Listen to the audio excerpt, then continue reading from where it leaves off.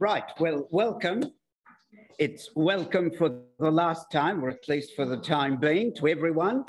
A very warm welcome. I have to tell you, I'm afraid there's no let up for this last session. It's going to be at least as busy as the preceding 6. So if we are to get everything done, we have to be as disciplined as we can. All right, we'll have our break at 10 to 7, and we have to be back by about 4 past, in other words, 14 minutes for our first guest who will join us 10 past 7. And then we have a second guest, as you know, from previous week, but we'll introduce them properly later. I thought it would be fitting, since this is the last of the 7 weeks, that we should begin by an acknowledgement of country.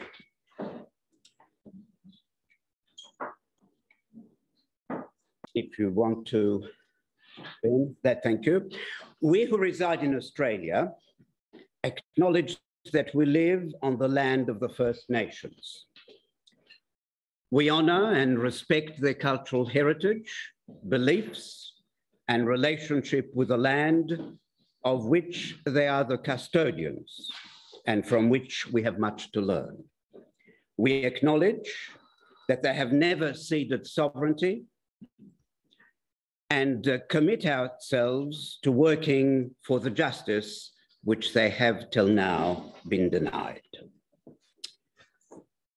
All right, well, the first thing I want to say is that I mentioned last week that I would be doing a little bit of a write-up on the assignments, the conversation assignments to which many of you contributed.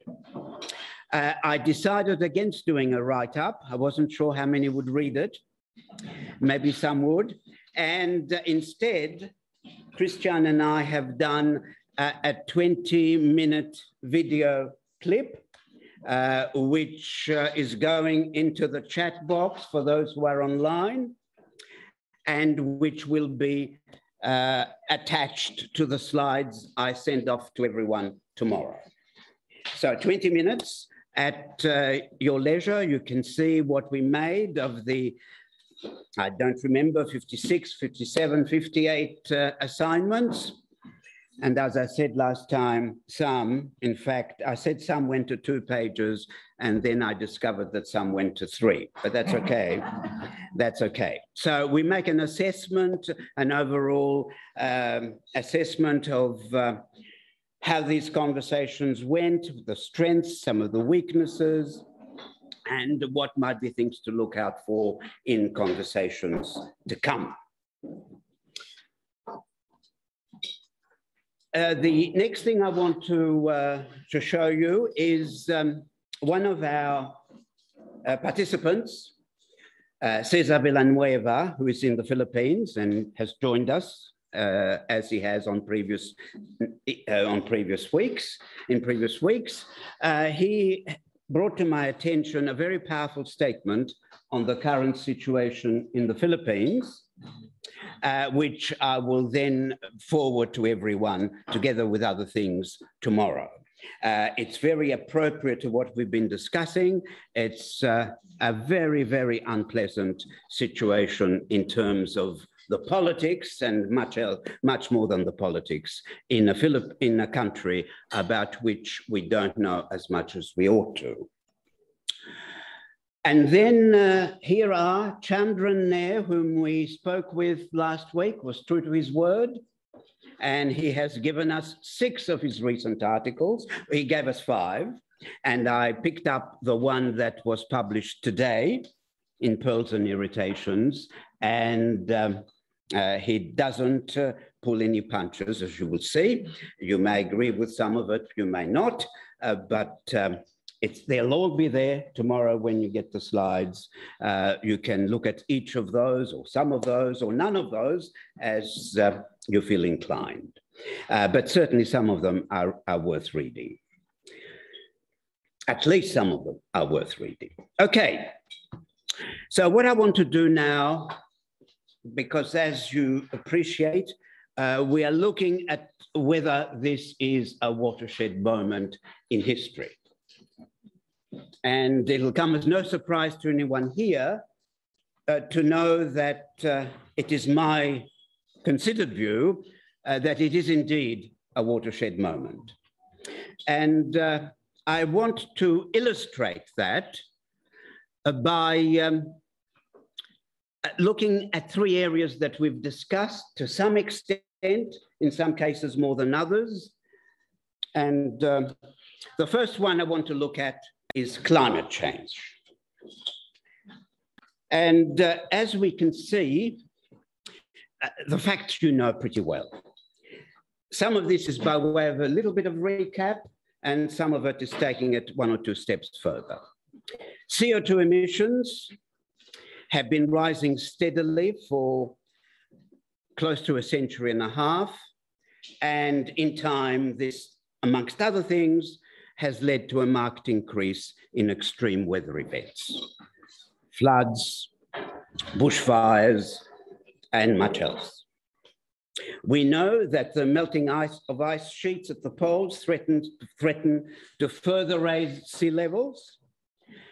And scientists are telling us that the Arctic may well already be in a death spiral. The scientific consensus, it's very important that we understand what the consensus is that carbon emissions in energy, transportation, agriculture, and other sectors, and I repeat, energy, transportation, agriculture, and other sectors will need to be eliminated, not reduced, eliminated completely in all sectors within 20, maximum 30 years. Zero emissions is but a small part of that, not a small part, but a part of that. But this is bigger, which is why Chandra Nair was calling zero, the zero objective, as a little bit of a lie. It's not the whole story by any stretch of the imagination. So the scientific consensus: eliminate all carbon emissions in all sectors of economic activity 20 years, if in the best of all possible worlds within 30. Okay, why have things come to this? In one way, very simple, because of the failings in all three arenas that we've looked at in previous weeks. Failings in the state, failings in the market, and failings in society. At all three levels, the responses have been inappropriate. You follow me? Institutions of the state, the institutions of the market, and the responses of people as both groups and individuals in society. What has been the failing? The failing in all three combined has been to maintain inappropriate, not just production, but consumption patterns and lifestyles, and to maintain what is so much more serious than a budget deficit, a governance deficit. A shortfall in the competence and the capacity of governing institutions to respond in adequate and timely fashion. Failure right across the board.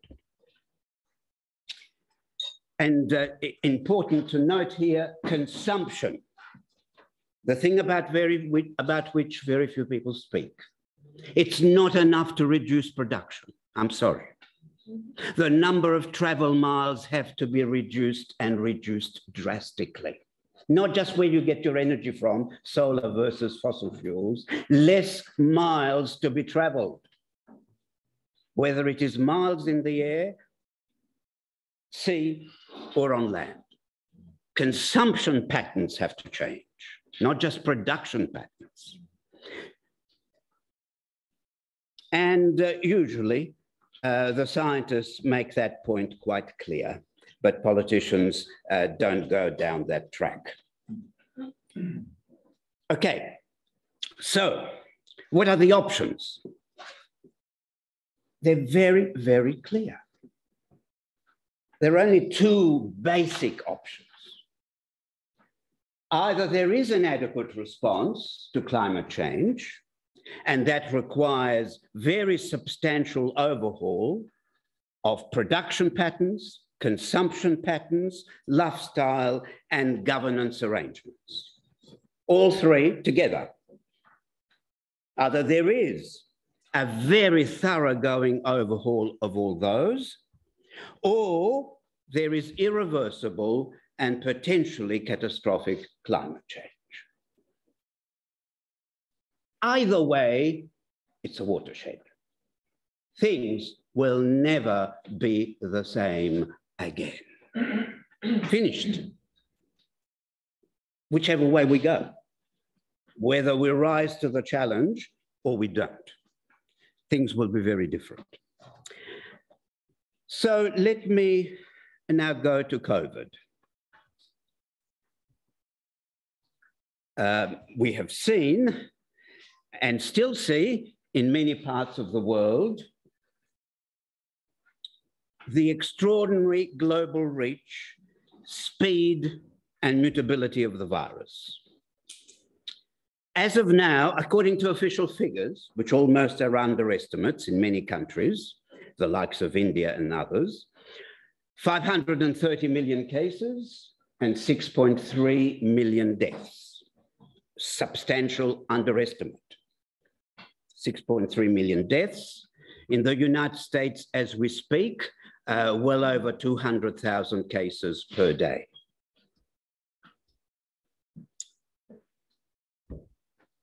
And why has this come about? We have to ask the question always, why is it so? You can't just name the problem or identify it, describe it. Why is it so? Well, there are very close connections between pandemics, particularly of the kind we've been having more recently, and especially this one, between coronavirus and the environment. Okay?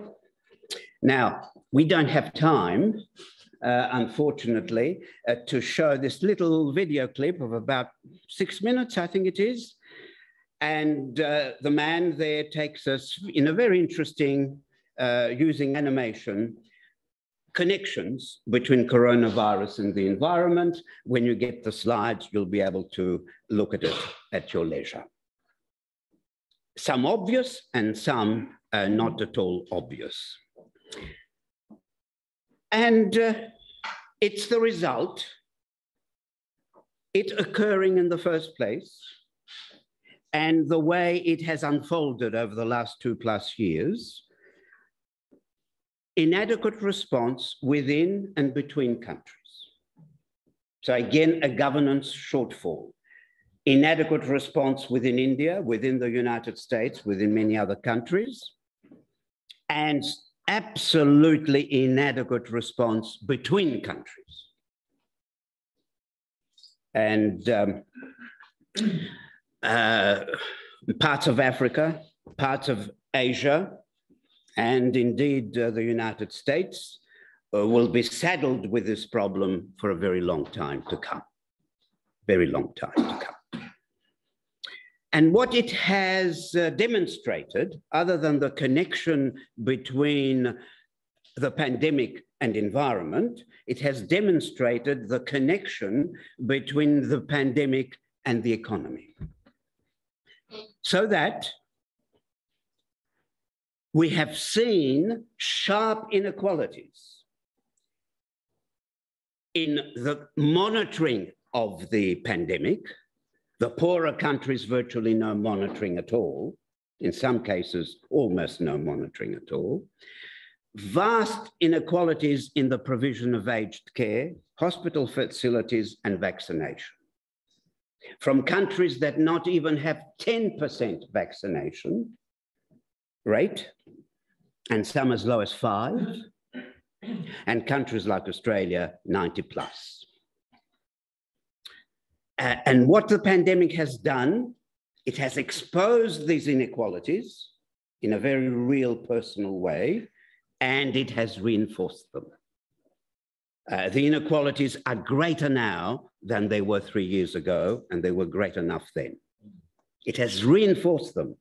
They're much deeper and more difficult to handle. And that's because of inadequate decision-making within and between countries. And a complicating factor has been, of course, as we know, the heightened tensions between China and the United States, where the pandemic has been used as a political football for point-scoring purposes, rather than for dealing creatively with a problem. And that has weakened the World Health Organization enormously, whose mandate is global health. So, as with climate change, the options either we take appropriate corrective measures involving radical change in a whole lot of areas. Health and aged care, not just within countries, but between. Drastic, far-reaching regulation of the pharmaceutical industry. They need to be told what to do, when to do it, and how to do it, because it's human lives at risk. Expanded civilian emergency services completely taken away from the military. It's not the military's job. They only come in to a number of countries, including Australia. Apologies. Including Australia, because of the inadequacy of our so-called civilian emergency services. There needs to be the widest possible consultation and decision-making processes within and between countries. And it requires a very substantial reset of our industrial and transport practices, which have greatly facilitated both the emergence and the spread of the virus. Greatly facilitated. The relationship between habitat and wildlife holds one of the most important keys to the pandemic, which is why we know, ask any of the major experts in the field, it would be very, very, very surprising if we weren't to have another pandemic within 10 years, and possibly quite a lot sooner. Because the conditions that led to it last time are still exactly there.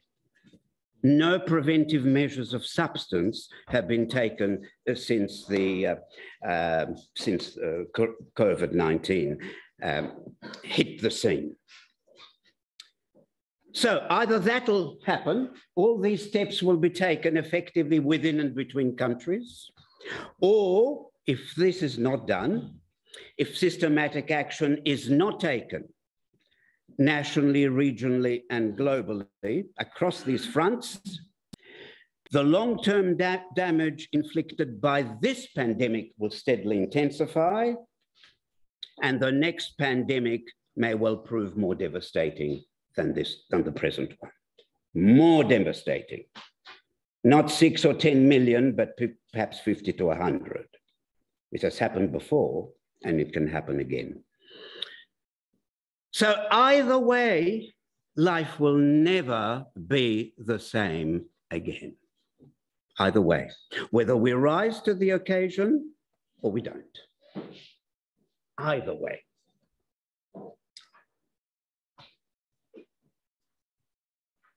And the third area I want to quickly look at, because time is short,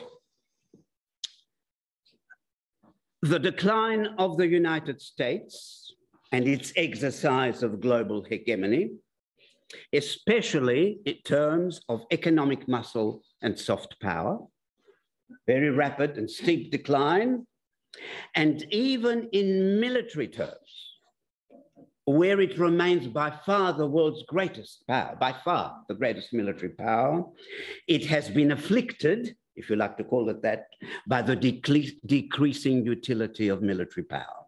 In other words, its greatest asset is worth less and less and less. And the Vietnam War, well over 40 years ago, close to 50 now, signaled that this was the trend, and the disaster that was Iraq, where the primary beneficiary was Iran, and Afghanistan, where the primary beneficiary was the movement that has taken over control now after 20 years, tens and tens of thousands of casualties, and the virtual destruction of the economy. US military power cannot be brought to bear to deal with these kinds of situations, contrary to their expectations. And it may well happen in the case of Russia and the Ukraine. So, and attached to that, the decreasing appeal of the so-called Western notions of liberal democracy, which even within these countries, these notions are often honored more in the breach than in the observance, but certainly move out of North America, Western Europe, and Australasia, and there is very little appetite for the so-called Western notions of liberal democracy, for better or for worse. So, the options are stark again. Either, here's the next slide, either this epoch-making shift that I've just mentioned, the decline of total global US supremacy, which it enjoyed for a while, will be recognized, this shift will be recognized and accommodated. How might this be done? Well, I mention a few. First of all, national security policies are now due for a drastic overhaul, especially by the major centers of military power. The United States, China, and Russia are the obvious three, to a lesser extent, Britain and France. Secondly, far-reaching reform of regional and global institutions, including the UN system. Far-reaching reform. Far-reaching reform of its principal organs, including General Assembly, UN Security Council, and perhaps the establishment of some new organs, including a popular or citizens' assembly as the third major arm of the United Nations. Has been under discussion for a long time. Nothing much has happened. Thirdly, substantial demilitarization, substantial progress on the nuclear and conventional disarmament arena, which made considerable headway during the years of the end of the Cold War, but has since regressed drastically over the last 20 years in particular. Fifth, drastic reduction of the projection of military power outside one's borders. That's got to come to a stop because it's too dangerous. The possibility that two major military powers may come into confrontation is so much greater if one or more of them keeps going outside of its borders. They've got to stay, so long as we've got military capabilities, inside their borders. And that means the demotion of military alliances. Of course, this would take time. We're talking about a trend in this direction. So either this trend will come into its own in a significant way, or the high probability is that conflicts will multiply, they will become increasingly dangerous by any number of routes, either by design, miscalculation, accident, or unauthorized action. And all of those have happened to a greater or lesser degree in years gone by, but never in the current climate, that we're going through at the moment. Just to give you the illustration, the area that we've been discussing to some extent in an earlier week, the Ukraine conflict. Okay, the United States provides the Ukrainians with rockets that have a certain trajectory, a certain distance. It only requires for one to reach Russian territory. One, not three, even by accident, not intended. We know what the response will be. And when Putin threatens it, he carries it out. He will attack Kiev head on. What will the United States then do? Longer range missiles and rockets? Where will that end? So either way, either these things begin to happen and begin to reduce the level of tension and uncertainty, or conflicts will multiply and become progressively less easily resolved. Either way, whether A happens either or the or happens, a very different world than the one we have had. Can't get away from it. And that's what we mean by a watershed.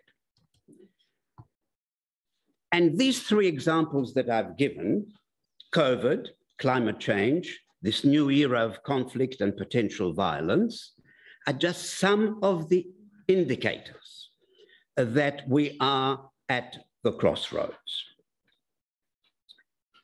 There is one option that will not happen. We know that for sure. I think we do know that for sure. One thing that will not happen, and that is the next little bit, business as usual. Anything can happen, but business as usual is not one of them. So the burning question of the moment is which road to take. If you're at the crossroads and you have 10 roads forking out in different directions, which one? Which one?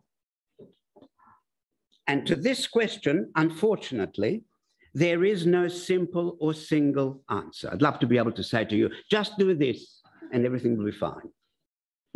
It's not that simple, and there is no single answer. So we have to, when we come to the crossroads, as we appear to be coming now, to come together, those of us that are interested in what lies ahead, and see what ideas and answers are on the table, and see out of those which might be the safest, the ones most likely to avert some of the worst catastrophes and hopefully lead to a saner response.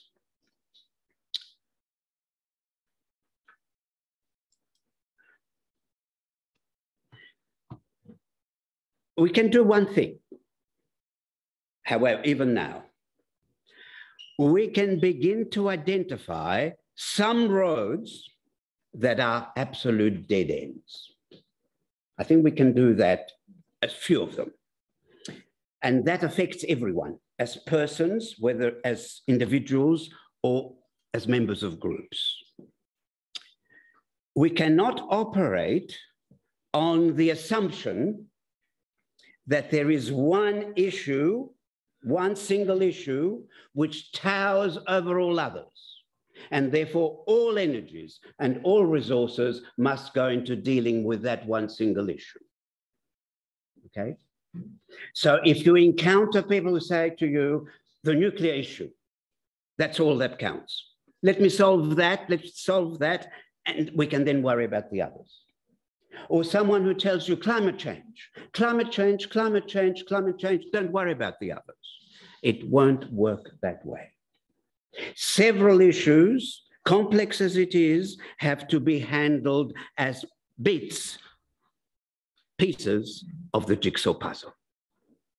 And we have to form a picture of what the overall jigsaw puzzle should look like and where we can fit the pieces in a reasonably effective way. So, can't concentrate on just one issue, at least at the level of understanding. Of course, you can't be active around every single issue, out of the question, but you must see how it fits into the overall scheme of things. Secondly, you can't beaver away, for the same reason, in one single group, whether it be a political party, a civil society organization, a climate change group, a human rights group, and pretend that everyone working in other areas, you don't have to take notice of them, recognize them, and at times share experiences, perspectives, and ways of handling. Because as we shall see a little bit later, there may be some mindsets, you follow me? And some institutions which are at the bottom, at the base of the problems on each front. So whether you're dealing with climate change or militarization and violent conflict, or the pandemic, or housing affordability, or mental health, you will find that quite often underneath all of them lie certain common problems which need to be handled. So much better to do it in concert and collaboration and consultation amongst different groups working, beavering away at different ends, on different fronts. And thirdly, another dead end, none of this, either at the level of analysis or at the level of action, understanding what's happening, acting in response, neither of those two things can be reduced, limited to a locality, however you define locality, a local area, a local space, a local community, or a nation, or an ethnic group, or a religious group. It has to be holistic in both space and population. Oh. It may be someone saying, I didn't get my link to join online, but I'll deal with it in a few minutes. So, in the way we see the world, and that's important to begin with, in the way we speak about the world, converse about the world, and in the way we act in it, we have to develop what's called a holistic approach. A holistic approach. Everyone can develop a holistic approach with some effort and preparation and listening to what many have to say. A holistic approach, and I end with this for these opening remarks, which brings together different issues. A holistic approach which brings together different groups, organizations, networks, and movements. A holistic approach which brings together in some meaningful, coherent way, society, market, and governance. And a holistic approach which brings together the different tiers of human endeavor, local, provincial, national, regional, and global. That's a holistic approach. You think you're working for the peace movement, the environmental movement, the social equity movement, and you don't develop something approximating this with others, it's not going to work. I'm sorry. Human rights, whatever it may be.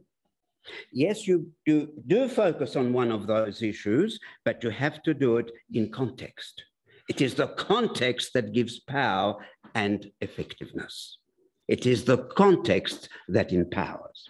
So we'll leave it at that, because the two guests coming up soon will no doubt flesh out some of these ideas, not necessarily in the way I would, but we listen to them. I'm sure they will have very interesting things to say. Well, now, we go to our conversation groups, and we have about 17 minutes to deal with, I've put them up as 3 questions, but they're really different ways of asking the same question. What does civic engagement mean for you in these abnormal times? You can call it Watershed if you like. What does civic engagement mean for you? How do we engage? Another way of saying the same question, but perhaps it helps to focus the mind. How do we do it in ways that are sensitive to the needs of the moment, to the risks of the moment, and the opportunities of the moment? How do we engage? What ideas? And do we do this by ourselves as individuals on our own, or with others, right? And if you're inclined, which I would be very sympathetic to, but you answer it whichever way you want, if you're inclined to say, oh, the latter, with others, how do you choose which others? Which? People in Melbourne? In your workplace? Your family and friends? Some people in England? Some people in China? How do you do it? Who? Who do you work with? If you're going to do it, respond, engage collaboratively, who with? Have a go. We're now breaking into groups for 15 minutes or a little more, see what ideas emerge, and let the discussion go right around the table. The virtual table or the physical table?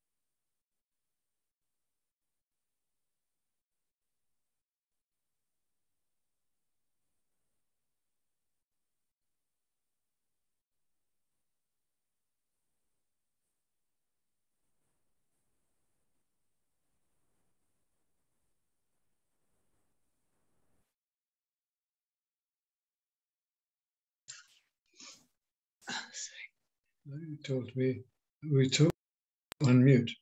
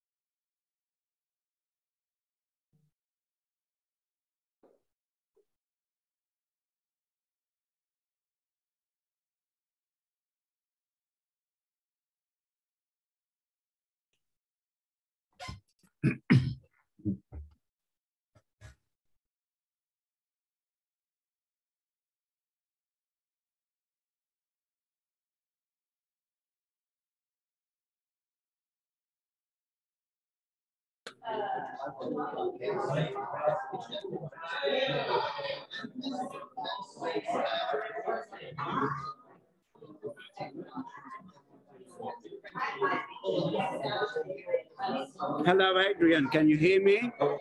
I can hear very well, Joe. Very nice to see wonderful. you. How are you? I'm very well, thank you. Very well indeed. How are you? I'm keeping well. Now, Great.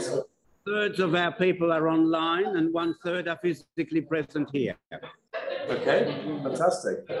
And we have some people in Southeast Asia, Philippines, Malaysia, etc. New Zealand. That's fantastic. Can you hear me all right, Joe? I beg pardon? Can you hear me okay? Very well. We'll get going in about 2 minutes. Is that all right? Perfect. Absolutely. Ready when you are, Joe. Okay.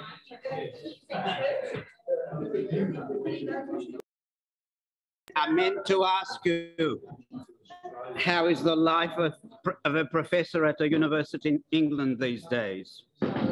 Well, you know, it's tricky, you know, sometimes interesting, too bureaucratic and managerial, but, you know.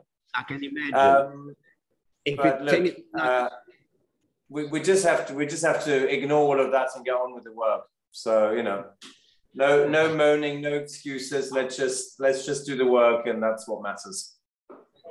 And I'd imagine now you have in-person classes. Yeah, it's all gone back. Absolutely, all gone back face to face. Yeah. So that's good after 2-year hiatus. Yes. Not nice. I'll be back in 1 second. Okay, of course.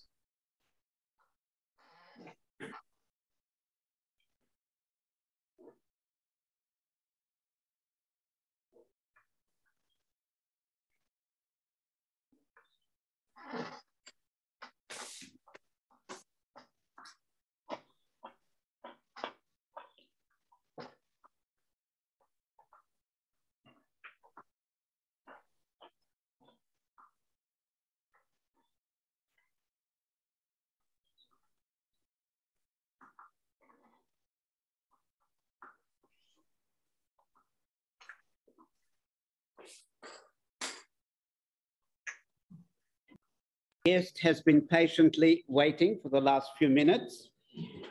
So it's my great pleasure to introduce Alana Pabst. Alana Pabst is Professor of Politics. Did I say Alan? I beg your pardon. I know Adrian, so I know it's Adrian. I beg your pardon. Adrian Pabst is Professor of Politics at the University of Kent. He has a number of research interests. They mainly lie in political thought, political economy, and contemporary politics, European international. He's an associate editor of the well-known academic journal Telos, T-E-L-O-S. In 2017, he was appointed a fellow of the National Institute of Economic and Social Research, of which he's now deputy director. He's actively engaged in a very interesting group called Blue Labour, which describes itself as a democratic which has as its goal, I should say, a democratic self-governing society built upon the participation of its citizens in the exercise of power and its accountability. So it's a great pleasure to have Adrian with us. I've known him for some time, though we haven't been much in touch in recent times. So it's a double pleasure to have you with us, Adrian. So the floor is yours, virtual and physical. Well, Joe, thank you so much for your more than generous words of welcome. It's an enormous honor and pleasure to be with you. And I wish it was all in person, but given how international and diverse this audience is, I have to say, I've never spoken in front of an audience from people from so many different countries at the same time. So that's a real privilege, and I'm delighted to be able to talk to you this evening. Let me start by saying something rather simple and straightforward, which is that politics is, of course, about interest in institutions and equally about ideas. And the ideas, I guess, are also linked to the cultural underpinnings, the values and the norms, and indeed the social and civic ties on which a market economy and democracy depend, but of course on which ultimately society depends as well. So I want to see politics in the broadest possible sense of, something which is really part of our nature. We are social and political beings. And so politics is not something completely external to us. It also is part of what makes us human. But politics is also in this very strange phase, I think, at the moment. And the Italian philosopher Antonio Gramsci, I think, put it very well when he wrote about the interregnum. The interregnum is a crisis, he says, where the old is dying, but the new cannot be born.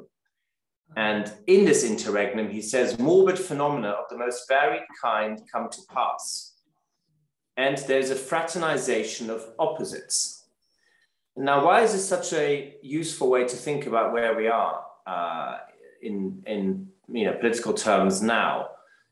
Because we do see all sorts of morbid phenomena. We see extreme capitalism. We see very problematic and destructive identity politics. We see tech platforms having unbelievable power without accountability. We're seeing hostile foreign powers that threaten their own populations and indeed neighboring countries, as with the war in Ukraine waged by Russia. So the morbid phenomena are all around us. But we also see the fraternization of opposites. Arguably, and I have argued this together with many others in a number of writings, liberalism is becoming very authoritarian, very intolerant, lacking in generosity, and all of the other things that it claims as its own moral foundations. But likewise, populism, the other ideology that has been rivaling liberalism, is often economically no less liberal than liberalism. Think of Donald Trump's only policy legacy, which is a tax cut for the very wealthiest in the United States. So even though there are opposites, and democracy and authoritarianism are the same, we are also seeing this fraternization of opposites. Opposites can converge and can collude in very complex ways. And this then brings me to my third point by way of introduction, which is the possibility that rather than settling in some kind of new order, whether it be a renewal of liberalism or maybe populism or whichever ideology, perhaps we are actually living in some sort of zombie order, where liberalism doesn't die but doesn't renew itself. Populism is effective at ejecting certain liberal elites from office, but in power, populists are mostly guilty of complacent boosterism. Think of the UK Prime Minister Boris Johnson. And authoritarians around the world, they might be trolling democracies, but they have absolutely no answers to the challenges of the modern world.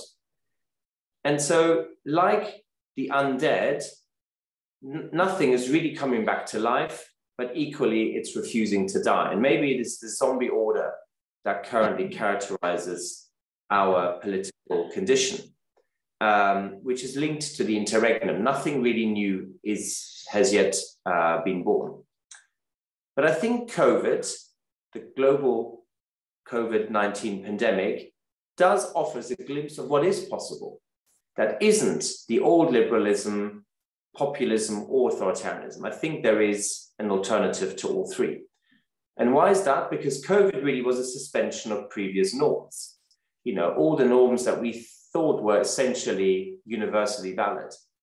Global mobility, endless change, you know, a globalized economy, you know, ever greater offshoring, outsourcing, and all of the things that have been going on for 40, 50 years were suddenly suspended. We were thrown back into a quite different kind of life, much more local and rooted, and perhaps that gives us a sense of what is possible after all. Because it's true, for this brief moment, at least during the first lockdowns in 2020, it seemed that this long interregnum that had started with the financial crisis of 2008 might finally end. After years of austerity and anger, the pandemic brought people together by acts of quiet generosity. Our very polarized politics, especially in Western countries, but of course elsewhere too, gave way to national unity as we rediscovered a sense of shared purpose. We were acting in solidarity to slow the infection rate and to try and save lives. And so in neighborhoods and across nations, people volunteered to deliver food and medicines to the vulnerable and to those experiencing poverty or loneliness. And governments of all stripes, left, right, liberal, populist, Western, you know, Eastern, Northern or Southern Hemisphere governments paid the wages of workers and provided emergency loans for businesses. So the coronavirus crisis, though of course a great tragedy with millions of people either dead or ill as a result, did also bring out a great human spirit of decency, of fraternity, and of kindness. And I think the response during the first lockdown was a communitarian moment. It was an expression of a great, deep desire for more community, rather than for ever greater dissolution in some kind of global cultural monolith. Now, how does post-liberalism fit into this?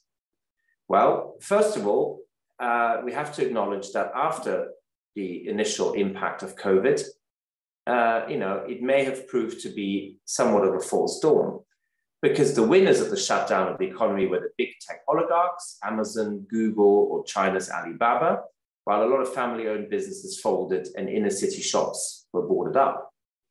And then, of course, we also had the return of identity politics. It never went away. The culture wars are raging ever more passionately and sometimes violently. And so hypercapitalism and extreme identity politics have not in any way been displaced, but at least we saw that they were not the only possible norms. The problem is, how do we face up to the forces that are dominating our everyday life despite COVID? Capitalism, nationalism, technocracy, and hostile foreign powers. And so rather than resolving the interregnum, politics and culture after COVID still seem caught in an impasse, in this interregnum or this zombie order I spoke about a few minutes ago. I suppose the question is, how does post-liberalism fit into this? And I think the point to make here is that the three dominant ideologies, liberalism, populism, and authoritarianism, are not hegemonic. They are not in any way triumphant. All three struggle to define, all three sort of have, you know, lack energy and have no moral purpose. They're often just about the preservation of groups and power. And I don't think they offer a way forward at all. So post-liberalism is a possibility because the pandemic, in some sense, is a crossroads. It's a moment of decisions about journeys already taken, but also other journeys that were not taken, other prospects that were ignored. We can now either revert to liberal individualism, or we can slide ever more into demagogic populism, or indeed accelerate towards authoritarian control. But we could also do something very different. The post-liberal moment is about building a politics on the things that actually matter to people, their families and their friends, the places where they live and work, the relationships of support and community that sustain all of us, the institutions that provide security, economic security, but also energy security, health, education, transport, all the things we need to lead a decent life. And key to the post-liberal conception of politics is the idea that we are first and foremost embodied beings. That is, we are beings who flourish when we are embedded in interpersonal relationships and in institutions that give us meaning, that give us a sense of purpose, but also give us agency, the ability to shape our lives and not to be dictated to either by the central state or by the global market or any institution that is not really responsive to our needs and interests, that is not really accountable to us. In some sense, this politics is post-liberal because, as we will see in a minute, it does recognize the limits of liberalism. But it's really, in a positive sense, communitarian. It tries to avoid the excesses of liberalism without succumbing to the errors of populism or indeed the criminality of authoritarian regimes. So let me say a little bit more about what post-liberalism might be. The first thing to say here is that it's not anti-liberal. This is a crucial point. Rather, it begins with a sense of the limits of liberalism, the damage done by rampant individualism, greed, selfishness, the destruction of society and indeed of our natural environment. The fact that liberty is often reduced by liberals to just a removal of constraints on private choice. So basically, we can do what we want within the limits of the law and the limits of private conscience. But that's a very, very impoverished sense of freedom. There's no sense of purpose. What are we free for? What are we going to do with that freedom that is positive, not just breaking out of constraints? But liberalism also has this problem that it disconnects individual rights from mutual obligations. So we talk a lot about rights and freedoms, and they are vitally important for our well-being, but we don't talk nearly enough about the obligations we have to ourselves, to others, to society, and to the environment. We also erode all the intermediary institutions through the combined power of the free market and the centralized state, universities, trade unions, professional associations, religious communities, and all sorts of other institutions that mediate between the individual on the one hand and the state and the market institutions on the other hand. These are vitally important for our sense of meaning and agency. And then liberalism has also produced global disorder based on coercion, trade deficits, and permanent war. And none of this is particularly desirable. So by contrast with this failed liberalism, post-liberalism views human beings as relational. We are, because of the relationships we have with family and friends and colleagues and neighbors and fellow citizens, and of course also strangers who we encounter, who then become our neighbors. So there's a sense of relationality, but also of freedom as a balance between our autonomy. Of course, we need to be autonomous. There has to be a sense of self-governing life and institutions, but also a sense of self-restraint, that we're not going to give in to all of our desires, to all of our wishes, to all of the things that we'd like to have, that we can restrain ourselves and act more responsibly towards ourselves, but also others. And that rights are not just indissociable from duties, but they're also ineffective without them. All of my individual rights are nothing if I don't also have a sense of responsibility and duty towards myself and towards others. And then crucially, that states and markets only generate shared prosperity together with social cohesion when they are embedded in strong civic institutions and structures of self-help that sustain a sense of belonging. We want to belong to particular people and places. We are not some sort of isolated individual, some sort of atom that moves around randomly across the planet. We need some sense of roots, even if, of course, these roots can change over time. We can move from a community to another, from a country to another. And those things are desirable, but we can't live entirely without roots. We have to develop them as we go from place to place. And finally, a genuine international order cannot be built on the coercive power of, great military powers such as the US or China or others, but has to involve cooperation between nations and peoples, anchored in some sense of social and cultural ties, in a sense of fair trade, and also with a much greater sense of military restraint. So post-liberal politics, to sum up, is communitarian, but in new ways. It links our deep desire for community, which I think was manifest during the first lockdown, to the recognition that most people belong to more than one community, and they're also part of three often newly shaped associations beyond given communities. So that yes, we belong to communities, be they cultural or linguistic or ethnic, but we also belong to associations that we join. There could be NGOs, there could be universities, there could be religious communities. There are all sorts of associations that we are a part of and want to be a part of. And of course, trade unions are another example. So post-liberalism is communitarian, but in these new ways. It's also corporatist and internationalist. And that means it's essentially about reconciling the estranged interests of government, business, and organized labor so that we can protect people from the pressures of state and market power.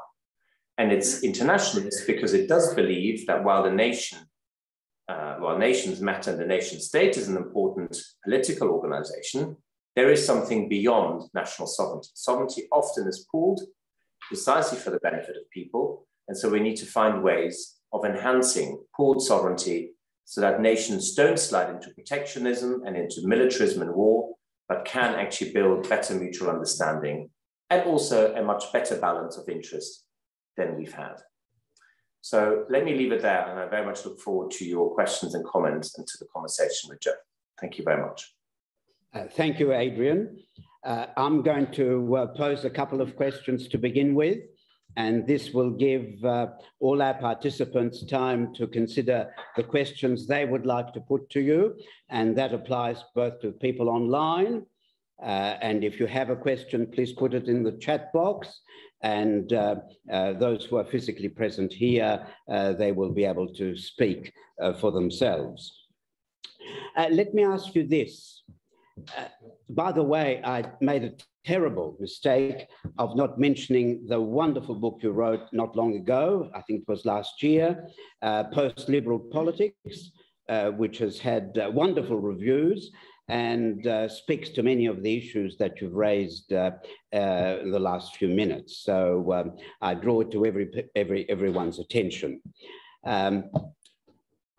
Now, a couple of questions and thoughts behind the question.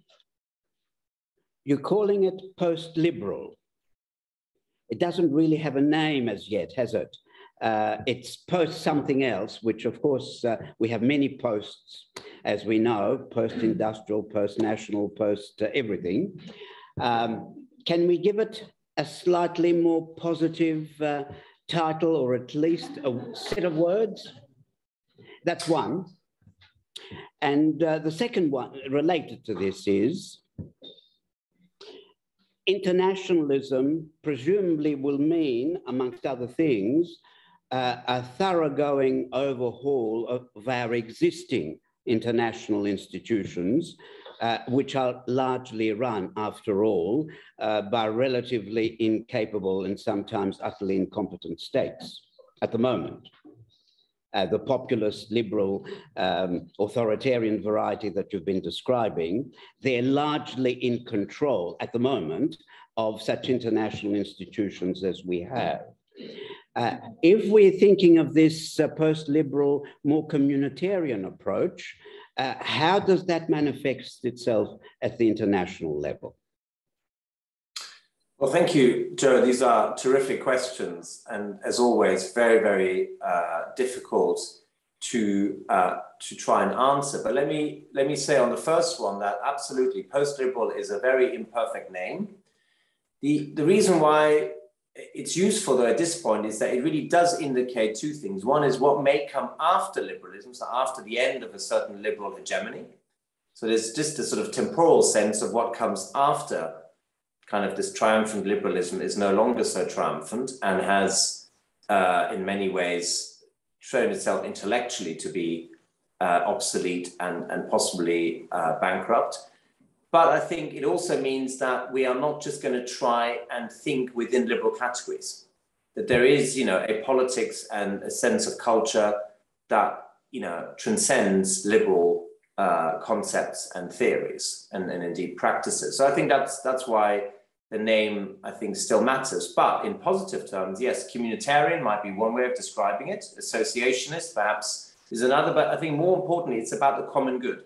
It's about how can we negotiate, and often in incredibly difficult circumstances, a better balance of interest and a better reflection of people's needs. So how do we bring, for instance, capital, labor, and government, central or local, together so that they can negotiate about wages or employment conditions? Or how do we, for instance, bring together the balance between patients, doctors and nurses, and those who fund healthcare, right? How do we bring together the interests of passengers, the people who provide transport, and the people who fund it? I mean, there's all sorts of cases where interests are not at all aligned. They are clashing and colliding. And we need to find a much, much better balance. And it's really about reconciling the strange interests. It's about the common good.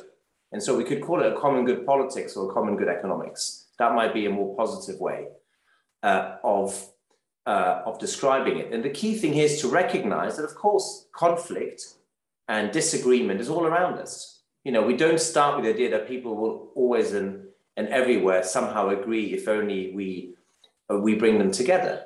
But at least we can try and negotiate and find some common ground, some shared interests, some shared values and norms around which we can build something. So it's not the domination of many people by small groups, which is what we're seeing all around us at the moment. So I think the challenge is to push back against vested interests, to push back against domination, and to try and find this greater sense of mutual dependency, which is really what I think life is about. So if that's one way of answering the first question, I hope, then the second one is absolutely to recognize what you said, that a lot of international institutions are run in very terrible ways by either corrupt countries or corrupt groups within countries that have somehow hijacked these institutions, and they are certainly not working for the common good of most countries and most nations and peoples. So I think a different way of doing it will be to say, we need to think, who's appointed, how they're appointed, but also who's represented in these institutions. Is it only states? In which case we already have a problem because that excludes many people, because states aren't themselves necessarily representative. I think one point would be to make, what about professions? Can we represent labor? Can we represent small businesses? Can we represent NGOs and other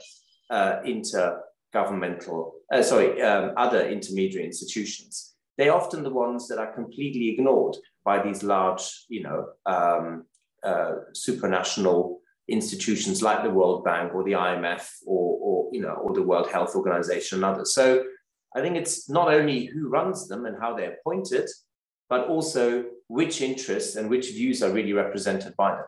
And I think we have to do a much, much better job. And yes, it is about the power of certain countries, US or China or other larger countries that are not representing the rest of the world at all. But I think it's also about the internal composition. Who's really part of this? Whose views are reflected? And I think there's much work to be done. And I know that you've done a lot of thinking about this, Joe. And I've learned, an awful lot from you. So let me leave it there for now for those two questions. A final question for me, a quick one. In years gone by, when people were thinking of significant social change, particularly in Western countries, the idea was that the working class, through organized labor and its political expression, social democratic socialist movements, would be in the vanguard for the change that brought us, amongst other things, rights for trade unions and trade unionists, welfare state, etc. Your idea of post-liberal politics, where is the agency to move in that direction? Where can we identify it? And agency that has muscle. Yeah, it's another excellent question and really hard to find any easy answers. I think one is to start with where people are. So community organizing sounds very small, but actually can make a tremendous difference where people are. So for all of those who aren't part of trade unions, but who are completely exploited by their employers, if they organize together with the help of trained community organizers, they can achieve an awful lot. That's one example. So where trade unions aren't present or aren't representing workers, people can organize and they can be trained and supported in doing that. So they're not on their own, because on your own, you never achieve anything. You have to act in concert with others. Another way, very concretely speaking, is to think, for instance, of housing associations, of giving tenants much better protection, either against landlords or against those who want to exploit them. So housing associations can, for instance, negotiate much better energy prices than individual households could. So again, this is just a small example of how people can try and act collectively in their interests, but also in the interests of others. But I think at a larger scale, it's true. We are now lacking institutions that give people an agency. Political parties aren't representative. Trade unions are no longer mass organizations. In many countries, churches are no longer representing a broad section of the population either, though in many other countries they still do. And so it goes on. We are really facing this problem of the lack of collective action. And it's been highlighted by many, by Mansa Olsen, by Elinor Ostrom, and so many thinkers, this problem of once you have rampant individualism, how do you bring people together again? And I think that is the key question for us. How do we build institutions, organizations, movements where actually people can act together? And I think it is the hardest question to answer. I think at the local level, there are certain things we can do, but the higher up you go, the more there's this question of scale. How do we scale up smaller organizations into larger ones so they can once again represent people and give them a sense of agency? I still think that trade unions are vital for this. I mean, there are countries in which trade unions are banned. And one thing would be to say, if we are going to do trade deals, we should be writing into the trade deals, the right to set up democratically self-governed trade unions. That should be part and parcel of a trade deal, that we're not going to be trading with countries that don't have democratically self-governing trade unions, right? Or, that NGOs aren't banned, but are allowed to operate, and that NGOs also are accountable to their members and maybe accountable to all those on whose behalf they act. And there's all sorts of other things, but I agree. I think the question of scale and how we give people back a greater sense of agency is one of the critical questions of our times. Thanks very much, Adrian. It's time to hear from some of our participants. I'm sure they have questions. Who's been tracking online questions? Christian? Yeah, we have a number of questions online. How many would you like? Let's have a couple to begin with. Two. I'll just come to the... If they're similar questions, you can even make it 3.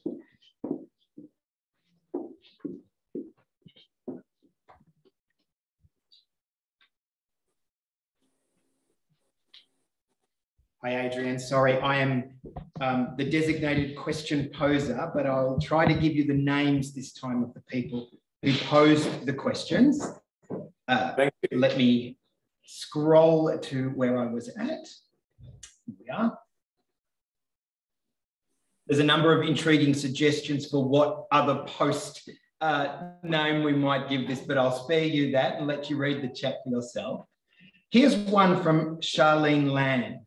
If rights are mitigated by relational responsibilities, who should decide when responsibilities, in quotation marks, outweigh individual freedoms?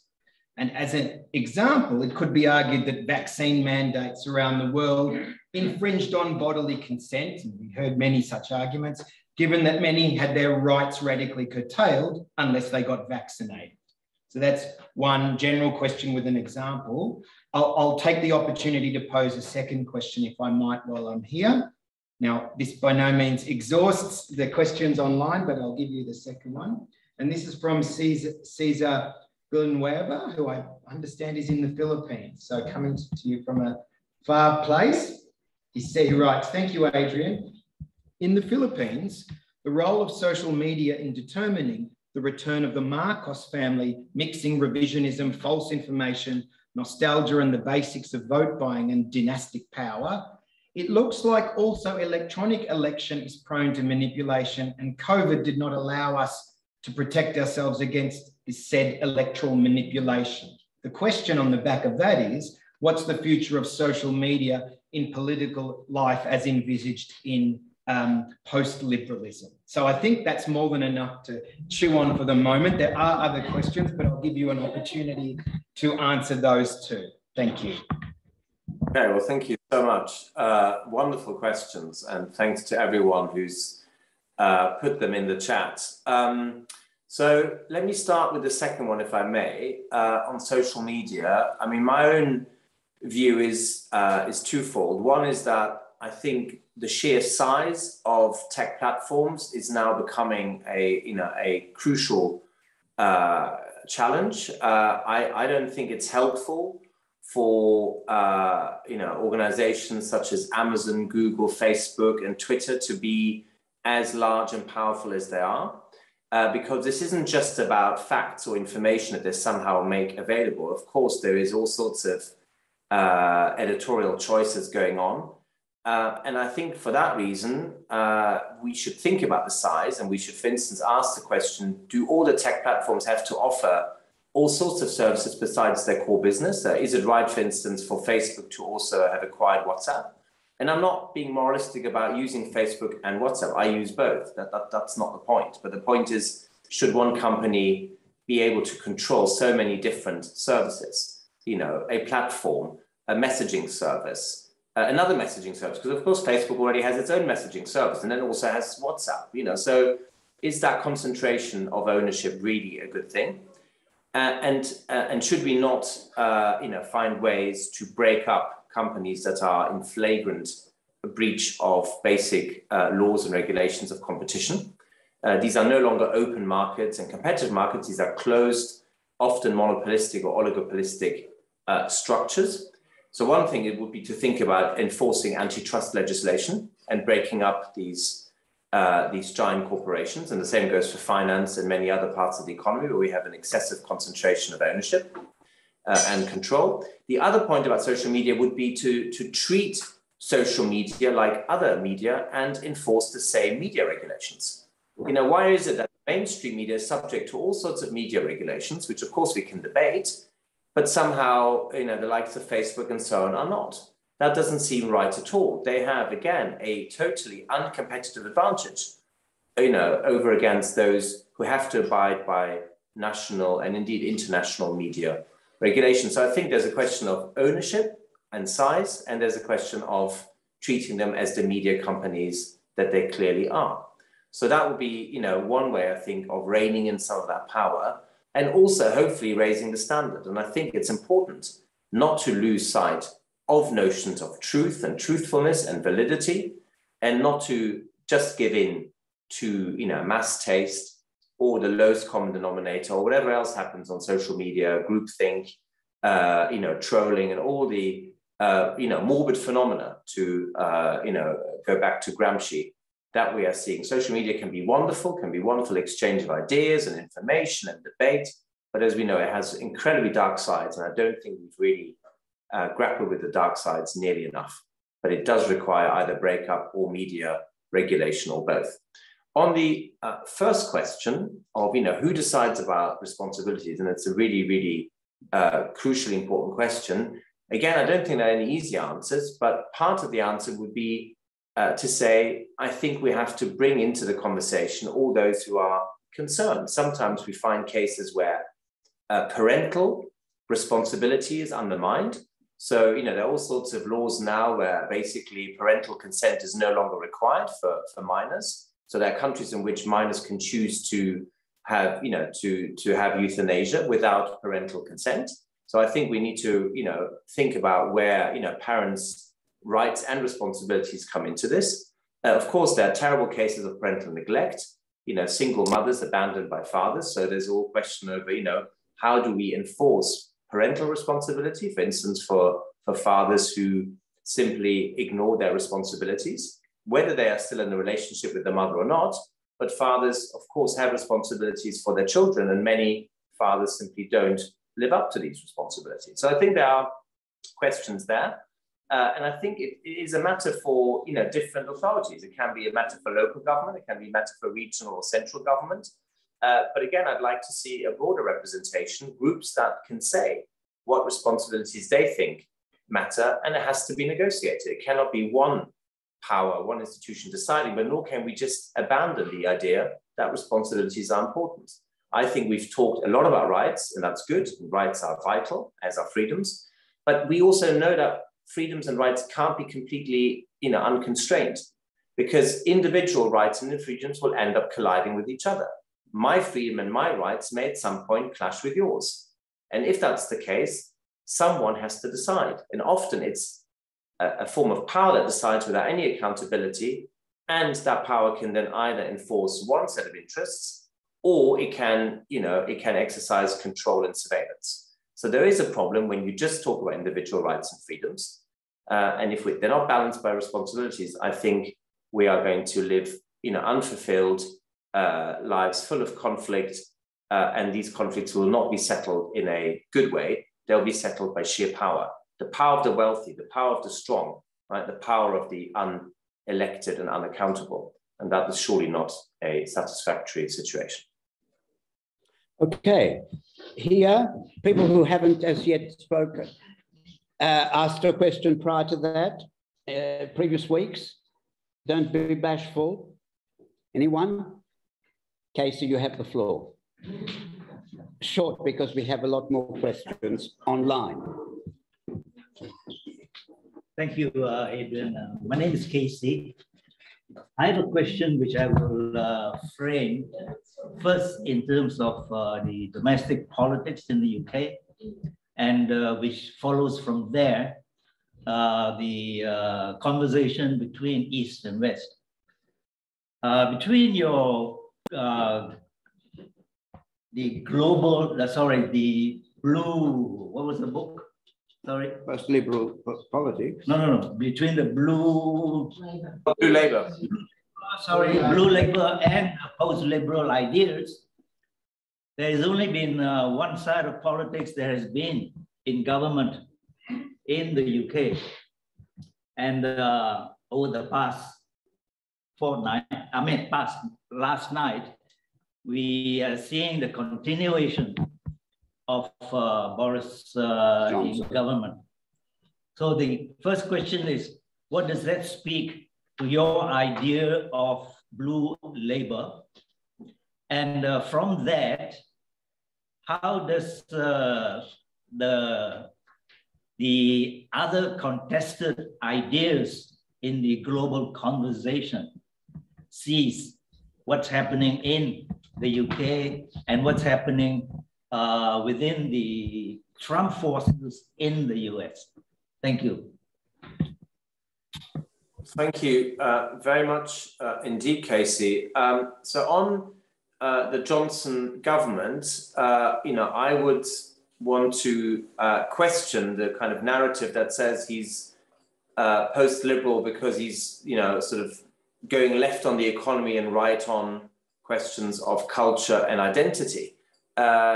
Yes, government has been more active in the UK, partly because of the pandemic and partly because of other pressures such as regional inequalities, but really there is very little evidence that the Conservatives under Johnson, or indeed under the previous Prime Ministers Theresa May or David Cameron, have really got a critique of capitalism. They still believe in the primacy of markets, and markets that are essentially, unregulated, unconstrained, and essentially linked to global finance and global capital flows. So there is a lack of a critique of capitalism. The state often enables capitalism rather than directs it towards more productive purposes. And also question whether really this is, a reflection of, sort of right on culture and identity, because what does that mean? Does it mean nationalistic, which will be extremely dangerous, and at times there has been that? Or does it mean, waging the culture wars, which again has been incredibly divisive and unhelpful, or does it actually, you know, strengthen a sense of belonging and community? And there's been very little of the latter. There's been one or two pieces of legislation, for instance, one piece of legislation giving communities greater power to acquire community assets. For instance, pubs, if they're abandoned, they shouldn't be bought up by large chains. You know, they could be community owned and community run. You know, it sounds like a small thing, but it's important for the life of many smaller towns and villages.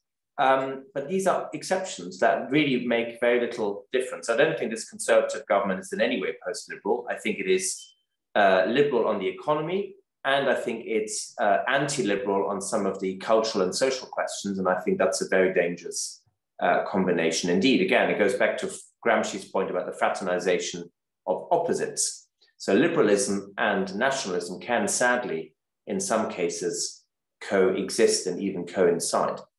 On the question of, you know, the more global forces, including Trump that you mentioned, again, I think we're seeing that populism is a backlash against liberalism, it's true, and against maybe some of the excesses and errors of liberalism, but populism often intensifies the problems of liberalism. So economically, if you look at the governments of Poland and Hungary, they talk a good game about how they are not part of a globalizing economy, and yet what do? They engage in fiscal dumping and in deregulation to attract foreign direct investment. They are trying to undermine labor laws and environmental standards. So I'm afraid beneath or behind the veneer, the facade of populism lies often something very ugly and very dangerous, and in no way post-liberal at all. Anti-liberal or ultra-liberal, but not post-liberal. So I would also say that there are no good examples of post-liberalism, whether in America or in Poland or Hungary. And that's why I disagree with many post-liberal commentators who see somehow Trump as a great disruptor and somehow a kind of, you know, correction of the excesses of liberalism. I don't. Or they see Hungary and Poland as sort of paragons of a new post-liberal politics. I disagree with that very strongly. I don't think there is any post-liberal party or government currently, but I think the groundwork intellectually, you know, is there for people to begin to develop this into a political and policy program. But it has to be, you know, much, much more carefully thought through. And it can't be slogans, and it can't be the sort of superficial rhetoric that most populists have adopted. Thank you. Christian, is there more? One more, because some of the questions have been answered in the last one. Okay. So I can remember this one. It's a fairly simple question. How do we get there? So one of the questions was, are there any good examples of what you are calling post-liberal society, or any nascent examples? You've given us an answer in that last response. Where to from here? After liberalism has sort of flourished for the better part of 60 years, where can we... This is perhaps following on from Joe's earlier question. Where might the roots for post-liberalism, as you've articulated it, come from? Thank you. Thank you very much, Chris. Again, a really, really brilliant question. So, I mean, there are examples, and I don't think I want to, you know, sound too gloomy at all. I just think one has to retain always a critical disposition and not sort of think of, you know, Trump or the governments of Poland and Hungary as, you know, as the only available examples. But there are lots and lots of examples around the world. I mean, one is, and it's something I saw some 10, 15 years ago when I traveled to Brazil for the World Social Forum. You know, there are examples in cities like Porto Alegre, you know, this idea of participatory budgets, where citizens are involved far more in the way that local government makes decisions. So it's not that individual citizens directly decide, but they're consulted. They're consulted on, you know, should spending be increased on health or transport or housing or education. So there are ways of involving local citizens far more than only elections. Elections are terribly important, as we know. There has to be a sense in which you can eject incumbents and vote for the opposition.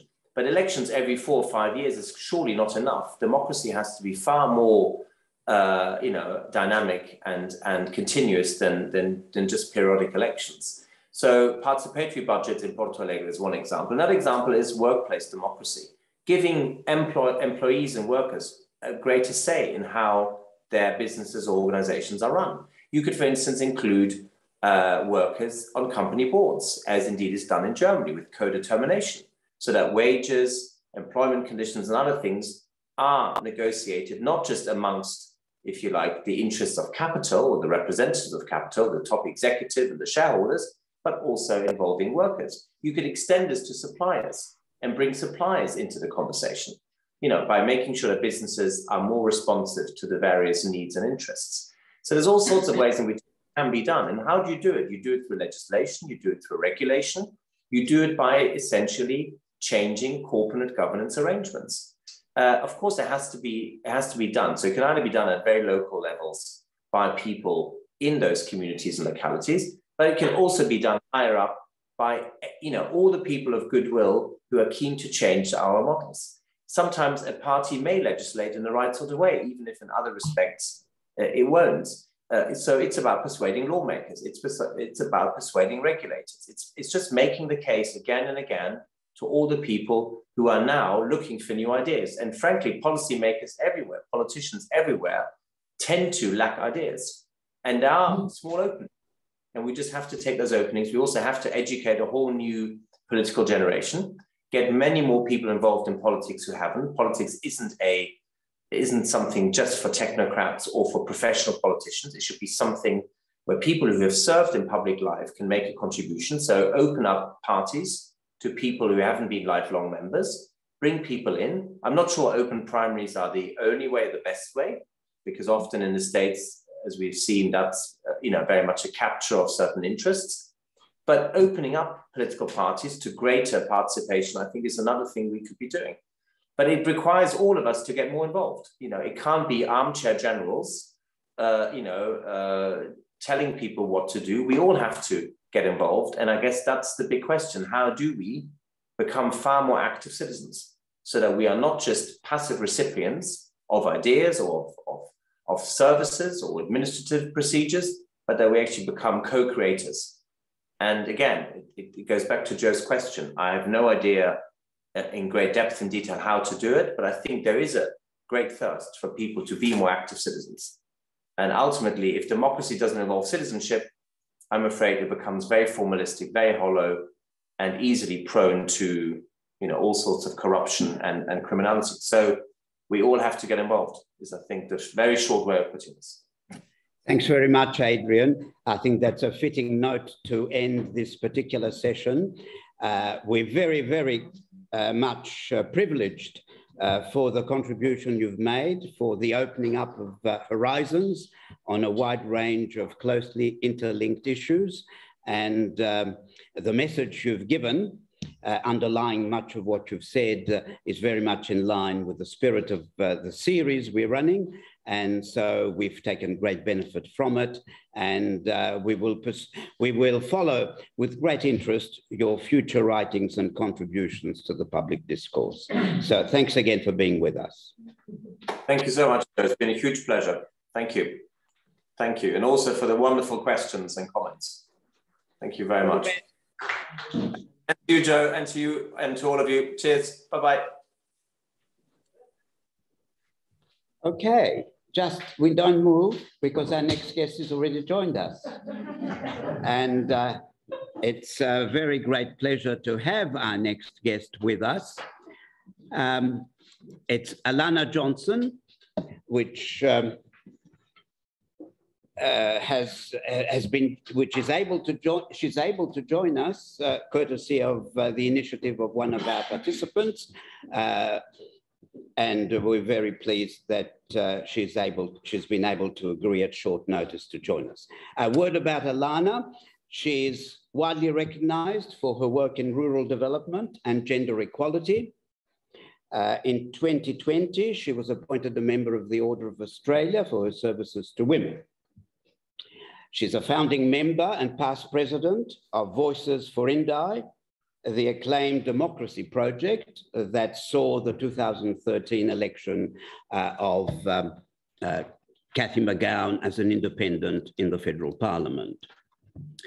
She's a director of the Community Independence Project, which just very recently, assisted the 23 nationwide community independent campaigns for the May 2022 federal election. She's the current chair of the Victorian Women's Trust, the state's peak women's advocacy body. Many other honours and awards. She was named in the inaugural 100 Women of Influence in Australia by the Australian Financial Review. And what could be more important than this, in 2019, Alana received a Distinguished Alumni Award from my university, La Trobe University. So Alana, it's a great pleasure to have you with us, all the more so that we have been listening to a very prestigious academic in the UK telling us, sharing with us philosophy about and practical approaches, but on a global scale, to post-liberal politics. And in a sense, you've been engaged very much on the ground with attempting some possible alternatives in the Australian context. So would you please share with us some of your observations, and then we'll open it up for some questions. Terrific. It's lovely to be with you all. And I only just caught the last of what Adrian was saying, but there was certainly a resonance between the story I'm going to tell you and what he was talking about. And his almost final comment was that, that he didn't know how to make this happen, but I think we do, and I think we've done it. So I'm really happy to share this story with you. I'm going to quickly tell you a story, and then pull out to some of the primary key things that I think are fundamental to what happened, and then we'll have some time for questions and conversations. So bear with me for a little while. I know we must have people on the screen here and participating who are from all over the place. So I'm going to endeavour to make sure that I explain locations and people so that it makes sense to everybody. So I'm going to take you back to 2013 in Australian politics. And my electorate of Indi, which is in northeastern Victoria, was a very rural and conservative electorate that had been a safe seat for the Liberal Party for 75 years. And there was a growing sense of people feeling that the seat was ignored. The Labor Party were never going to win it, so they weren't interested. The Liberal Party were never going to lose it, or so they thought.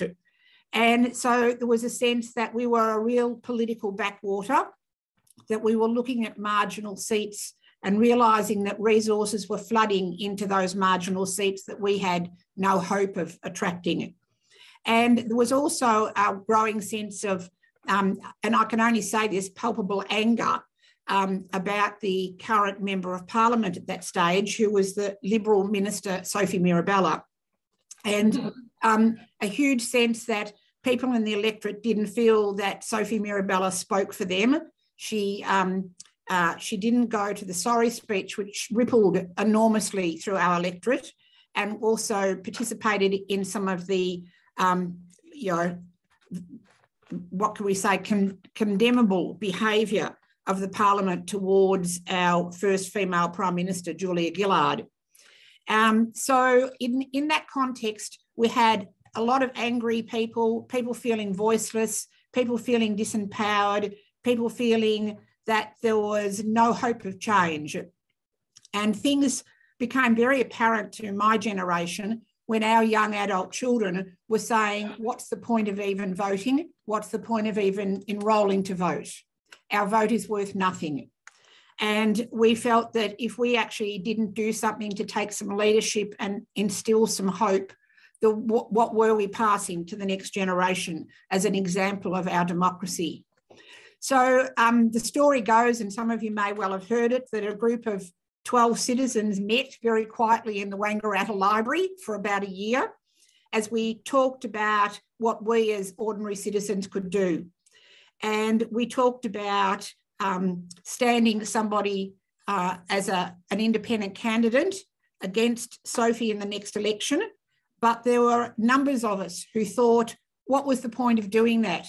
I mean, even if you vote for somebody who might be a preferred candidate, nothing really changes in terms of the power balance and the relationship between the Member of Parliament and their constituents. Everything just goes along the way it always has. That wasn't satisfactory to us. What we felt was that we really wanted to build participatory democracy, that we wanted to increase people's political literacy and their political participation. We wanted it to be an ordinary everyday of acceptable behaviour in life to talk politics and not hide from people in your family or your friends who you voted for, because invariably that would end up in repercussions for many people. So we spent all of this time talking about how do we actually change people's experience of being political, and how do we change the sense of the power of the people to make the change. And we decided to take on board a model of civic engagement that had been developed by the Victorian Women's Trust called Kitchen Table Conversations, and I've put a link in the chat already to that. And this, I won't go into the history of it because you can read that for yourself, but it is quite an extraordinary story. But the reason we decided to adopt this model is that it was based on the notion that conversations actually happen around kitchen tables, and they have forever, and that ordinary everyday people engage in conversation, and that conversation can be across a whole lot of spheres, including issues that concern them, and that all ordinary people can engage in kitchen table conversations, unlike town hall meetings where only certain people would ever get up and speak up in front of an audience, or those terrible online surveys that people send us all the time and they go nowhere, or government departments coming and consulting us and still nothing happens. That we felt all of those things were pretty unsatisfactory and people were pretty disillusioned with them. So we really decided to start with basics and say conversation has the power to create the change, but only particular sorts of conversation.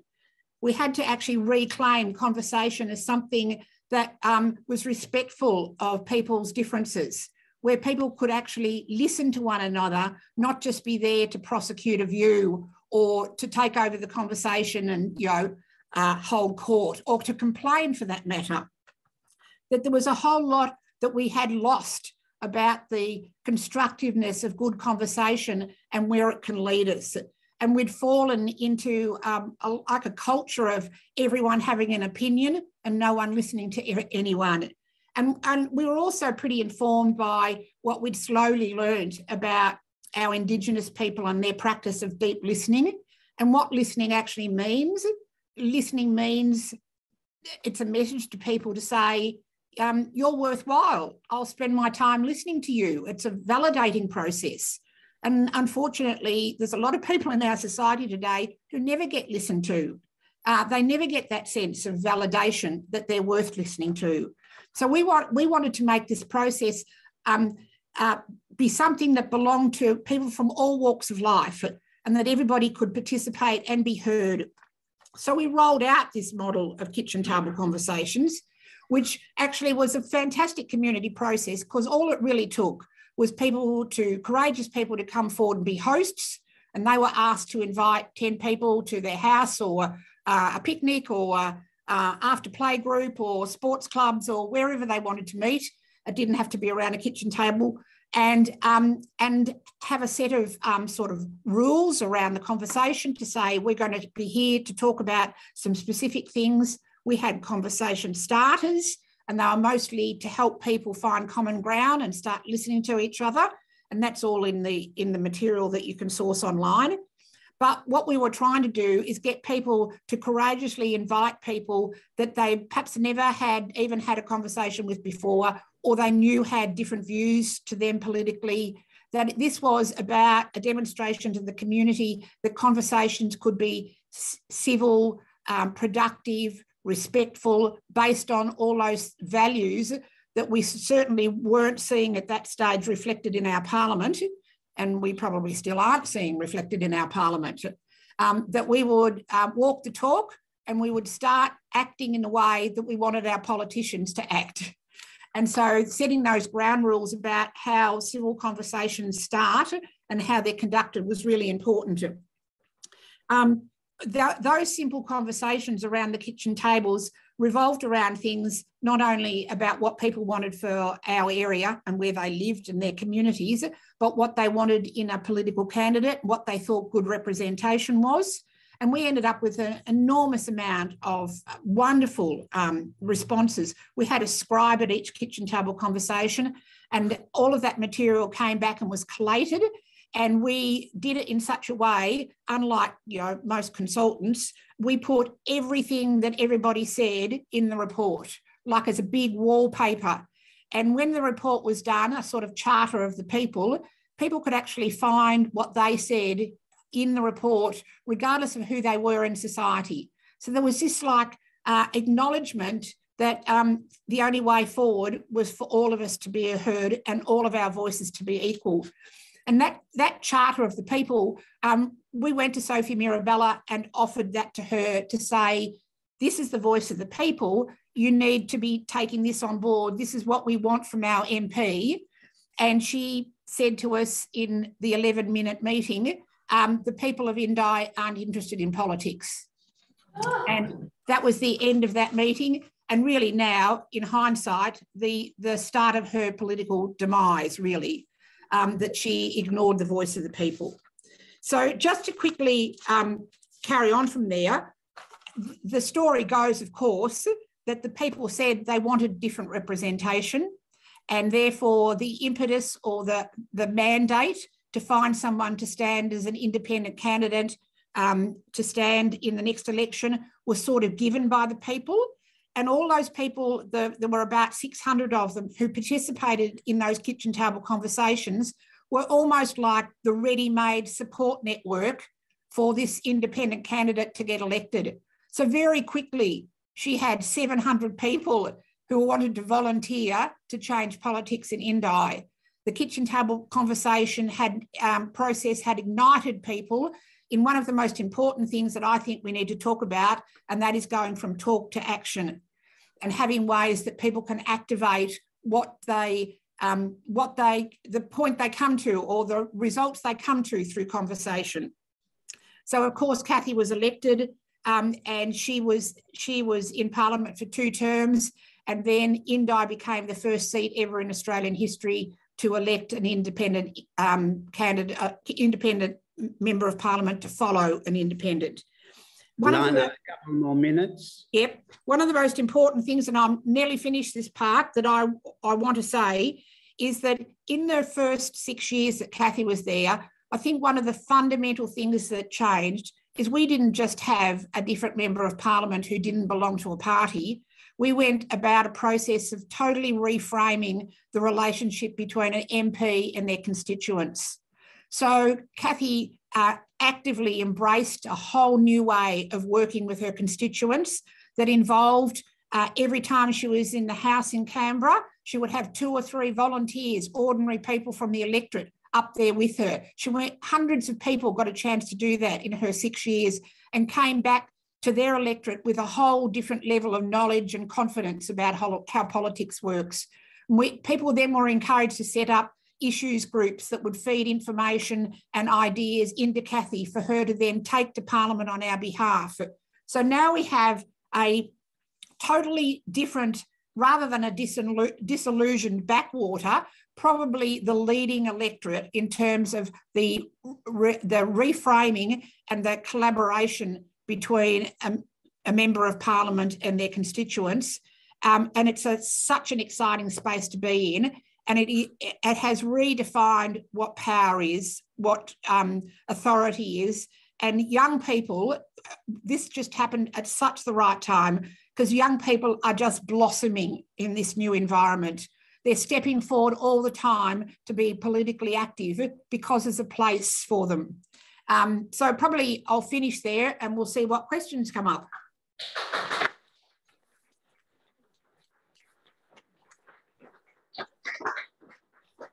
Alana, I'm going to call on people either online or here present physically to put a couple of questions to you. Just one little question from me.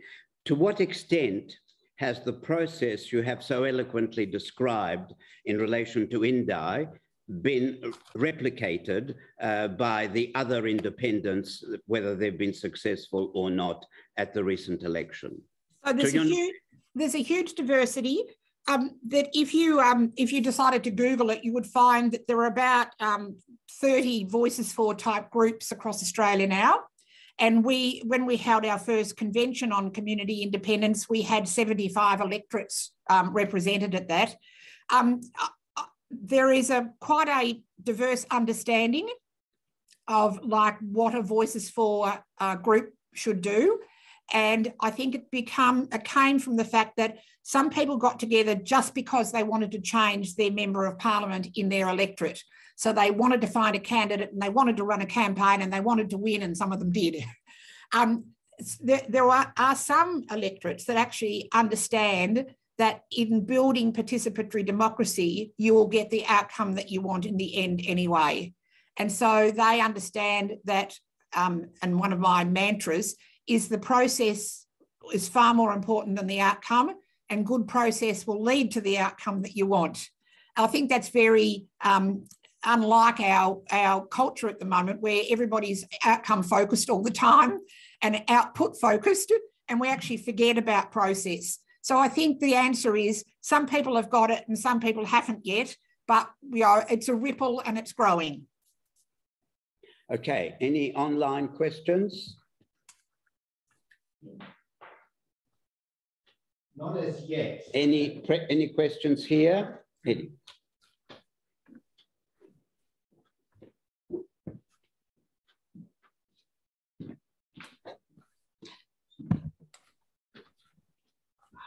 Yeah, Alana, thank you so much for that. That was wonderful and very inspiring.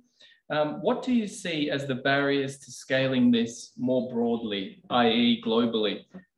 We've been observing in these conversations the number of challenges that we face that are beyond national boundaries. And so I think it's important to think about how we can scale the effectiveness of your work. Is there scope, in your opinion, to scale this using technology, i.e. web hosting conversations potentially, rather than in physical settings? Yes, so I think firstly, scaling will, how you scale will be to do with your purpose. So if the purpose is sort of to build participatory democracy by giving more people a chance to have engaging conversations with people in their communities, then the kitchen table conversation model can just easily be used. And we've actually had a go at using it online, and it has, during COVID, it worked really well. We had breakout rooms, people talked about the issues that were important to them. We had ways of scribing. And so introducing people to political conversation is very adaptable to technology. I think, but people have got to be really clear about their purpose.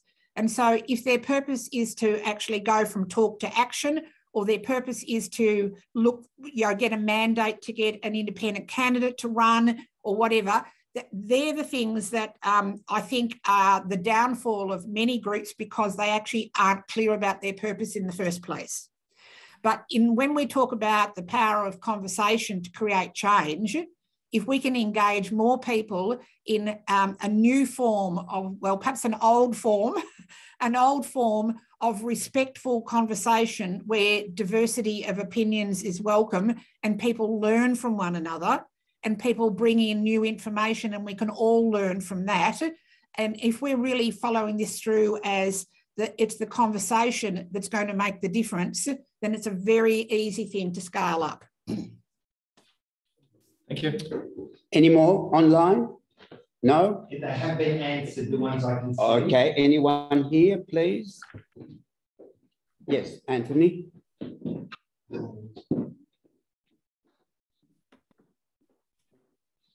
Thanks so much, Alana. Anthony here. Just interested in the voice to action concept And from an Indi perspective, what's the single biggest challenge to the electorate that the people, the citizens of the electorate are facing? And what's the current, how is the current sort of the independent representation in that electorate planning to address those challenges that the electorate's facing? So that's a really interesting question, and so I'm interested in the language.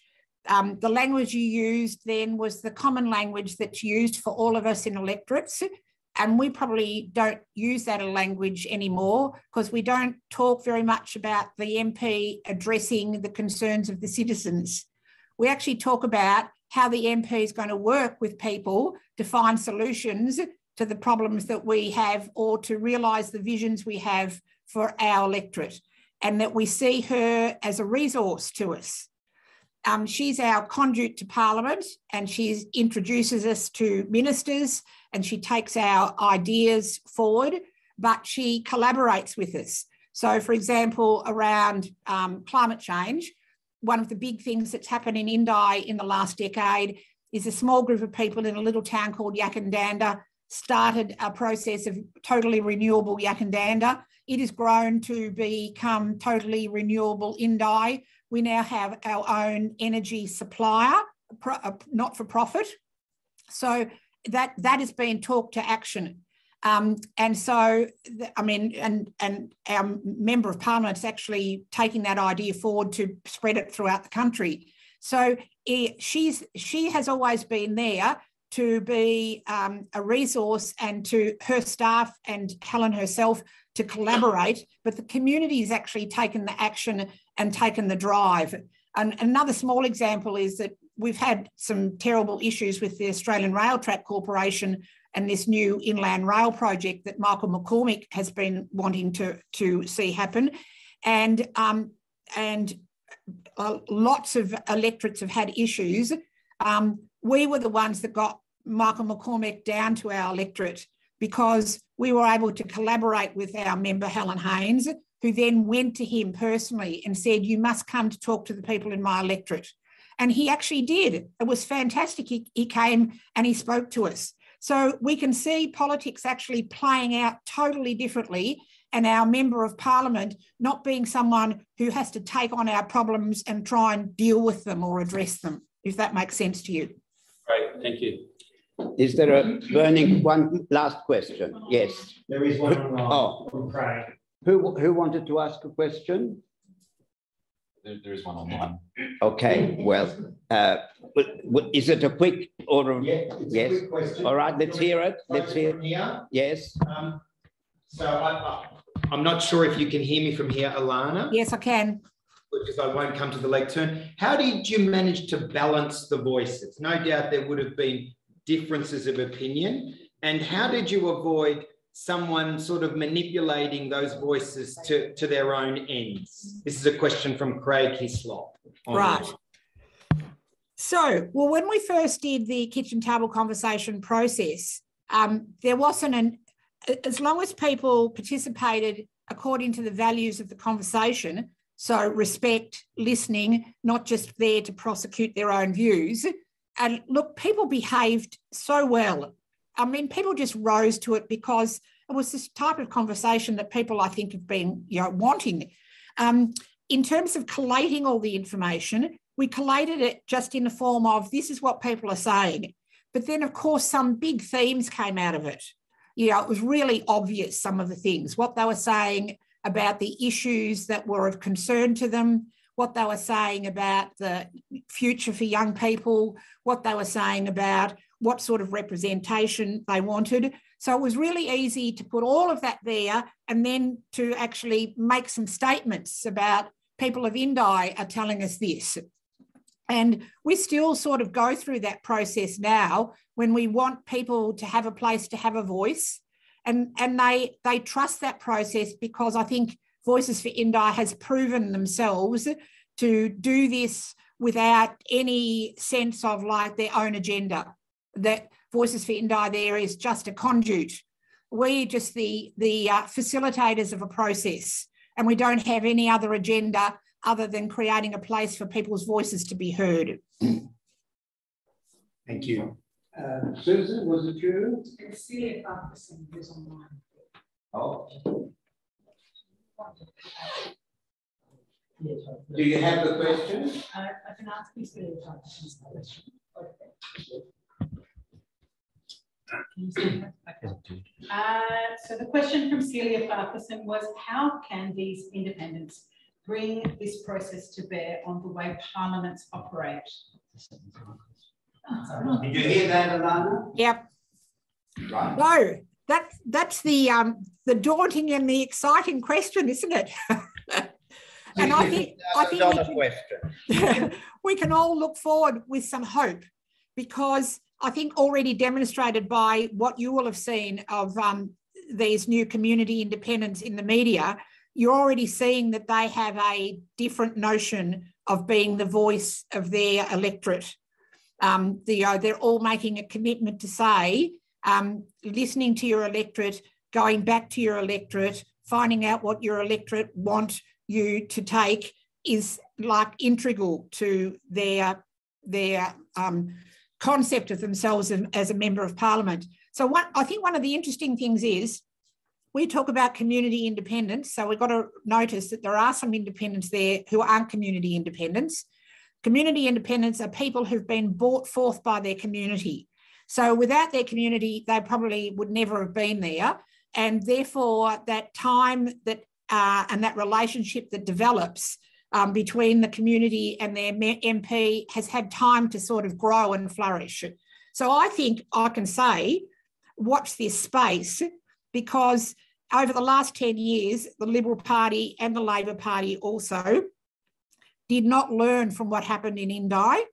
And they've all stood back and thought, oh, this is amazing. And other people have said, oh, I can't believe what you're to our MPs, how you're doing this. But I think now it is such a time, a wake-up time for the big parties, and they are going to need to look and learn about what the relationship between the party, the MP, the community, that unfortunate position we're in at the moment where the allegiance belongs to the party and even to the faction and to the donors, and the constituents become a sad last. It has got to change. Thank you very much, Alana.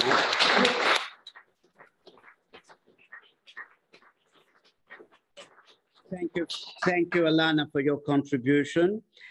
We'll be following developments with great interest and a close eye on how independents generally and community independents perform in the new parliament. And perhaps it'll be a part of a new wave for the future. We hope for the best, and must be prepared if things don't quite work out as one would like them to. So thank you again, and let me say how much we appreciate all that you have contributed over so many years. Thank you for being with us. Thank you. It's been a pleasure. Thank you.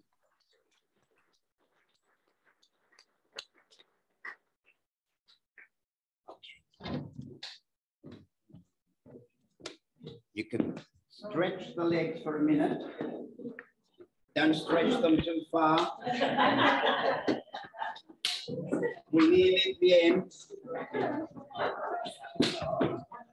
But I'm going to be offering a few answers to a few questions. Okay.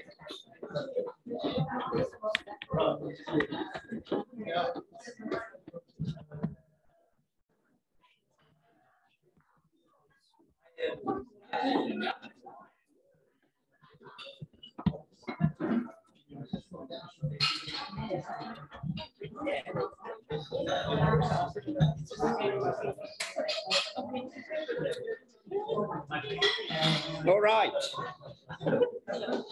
We're going to get going because I don't want to keep you late. And if we finish 5 minutes early, that's a bonus.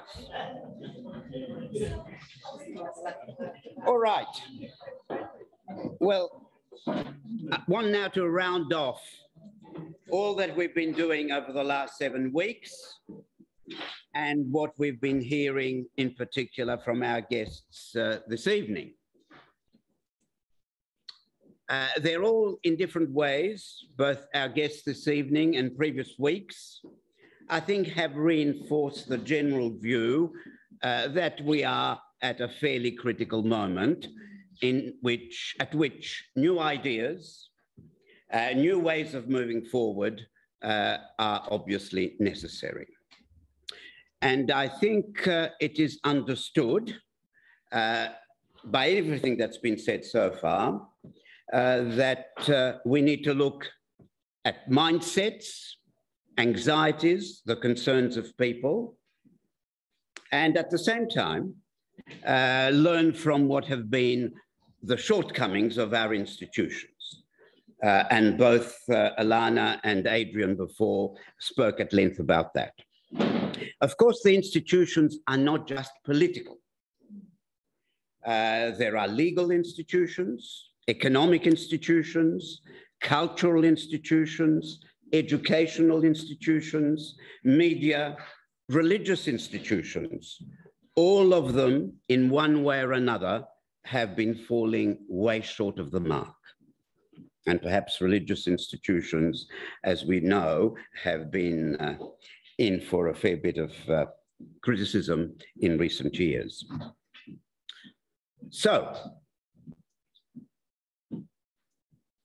where to from here? Oh, the first, that's all right. The first slide, I'm now going on to the second.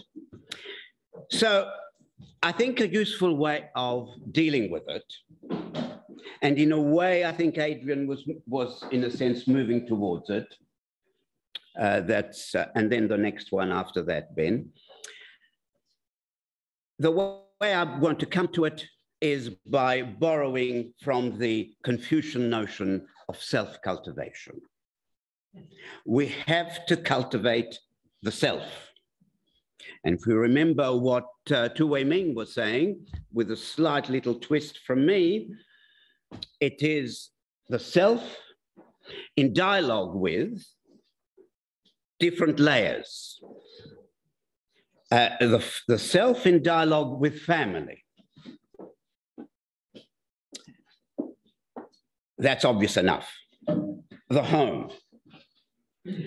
The self in dialogue with proximate communities. I think I'd like to use the word proximate. Communities that are relatively close to us. The community of perhaps relatives outside of the immediate family. The community of friends. The community of our neighborhood. The community of our profession or workplace, and so on. Communities that are fairly close to us. We need to be in dialogue with them.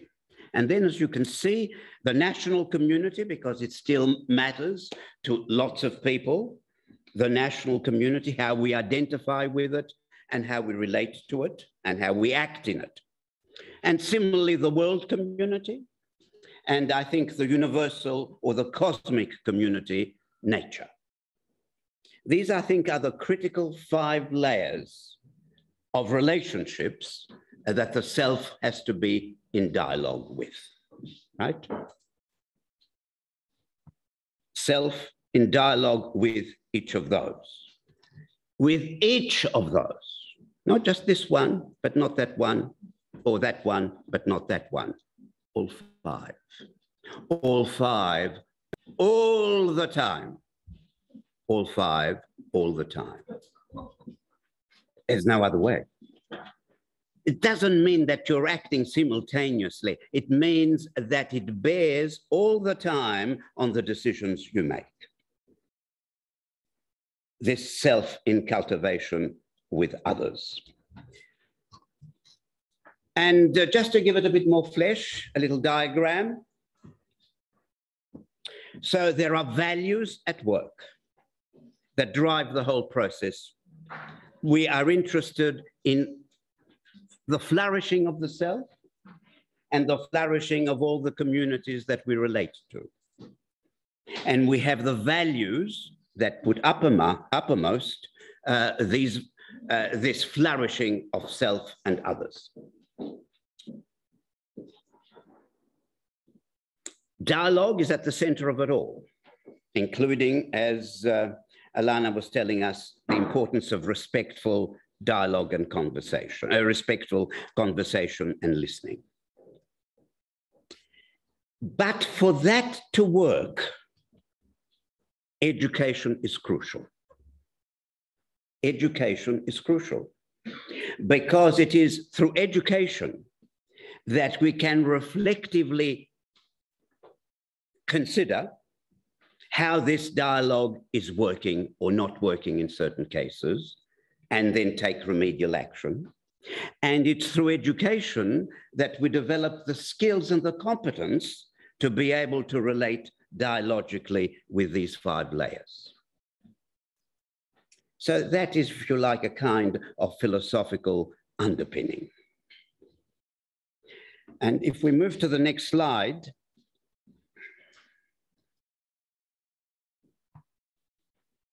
so if we just leave it at that, life at home, it's very obviously very important.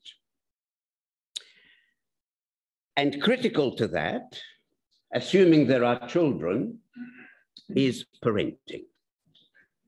Parenting at a moment of watershed is not what parenting used to be 60 years ago or 200 years ago.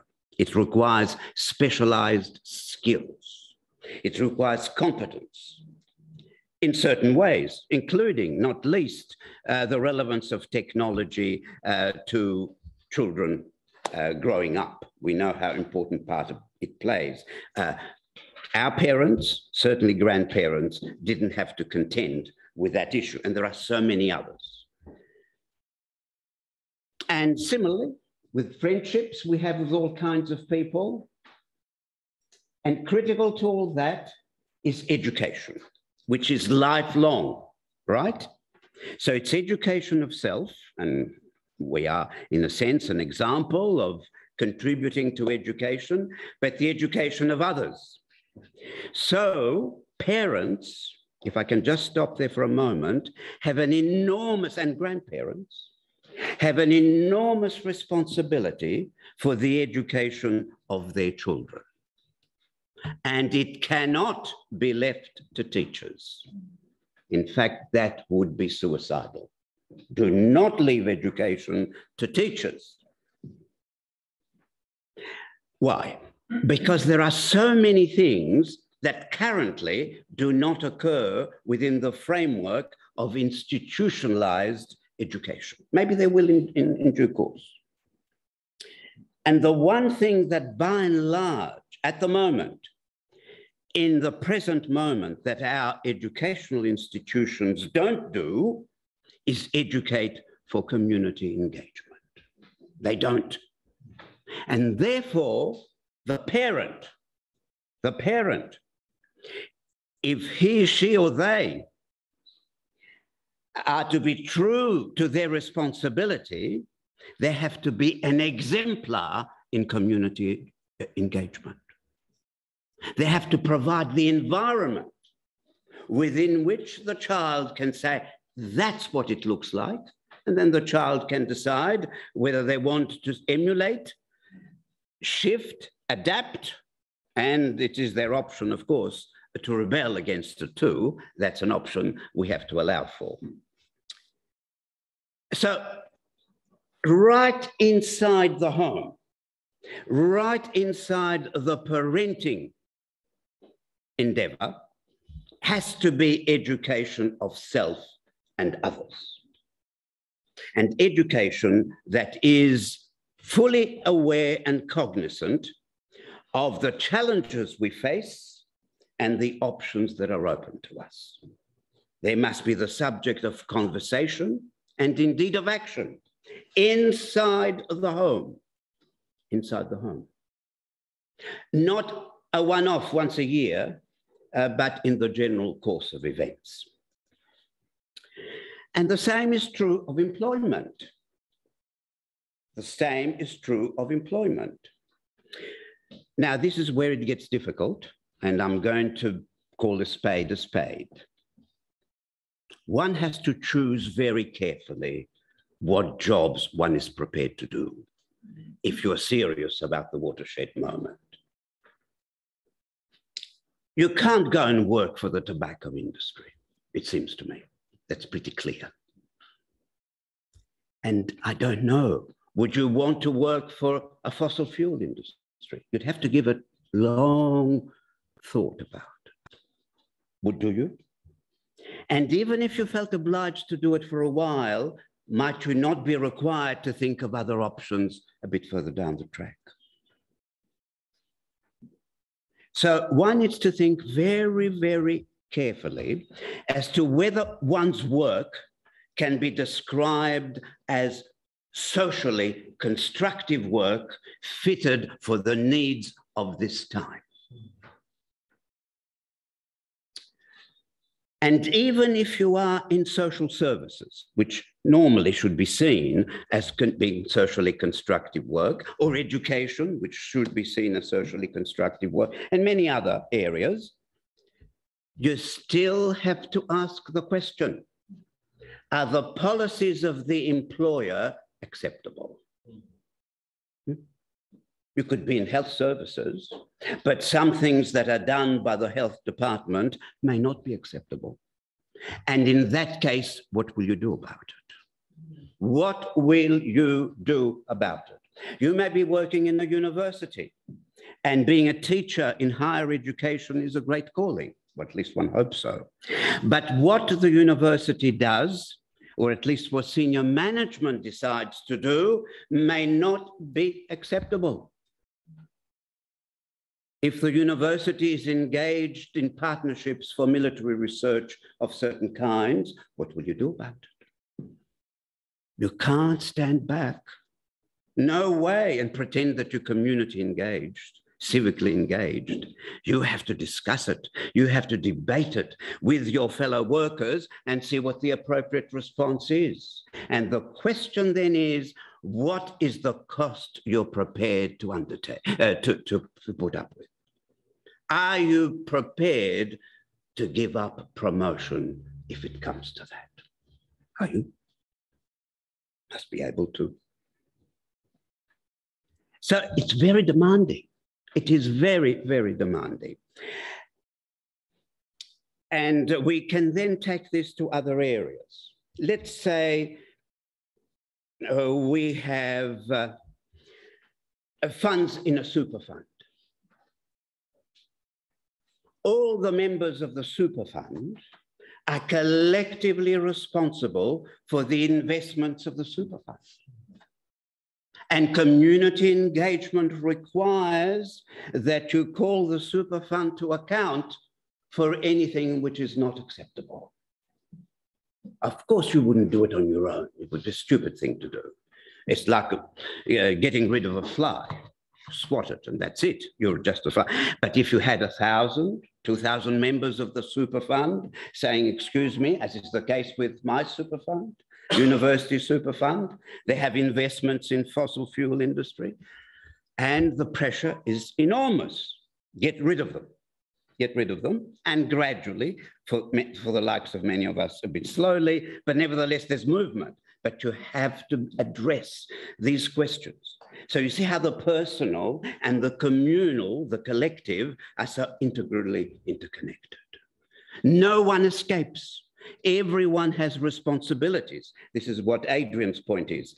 At home, in parenting, in friendships, in education, in employment, in shares, if we have shares, or if we have a stake in a super fund, or whatever else it may be. And that includes travel. You can't travel anymore just for the sights. You can't. You can't. Not if you're community engaged. Not if you believe in civic engagement, because there are people in the places you're going to. Do they count for anything? When one travels, one has to take every conceivable effort to make contact with people there. And hopefully some of those contacts may last for a long time, perhaps a lifetime. We have to engage with the cultures of the societies which we visit. In other words, now at this watershed moment, travel, whether it is travel for pleasure or whether it is travel for work or just visiting some friends or family, has also to be cultural. It has to be cultural travel. And at the heart of cultural travel is the dialogue of cultures. We have to come back from our travels enriched culturally and enriched in our network of friendships. We have to. In my view, community engagement requires it.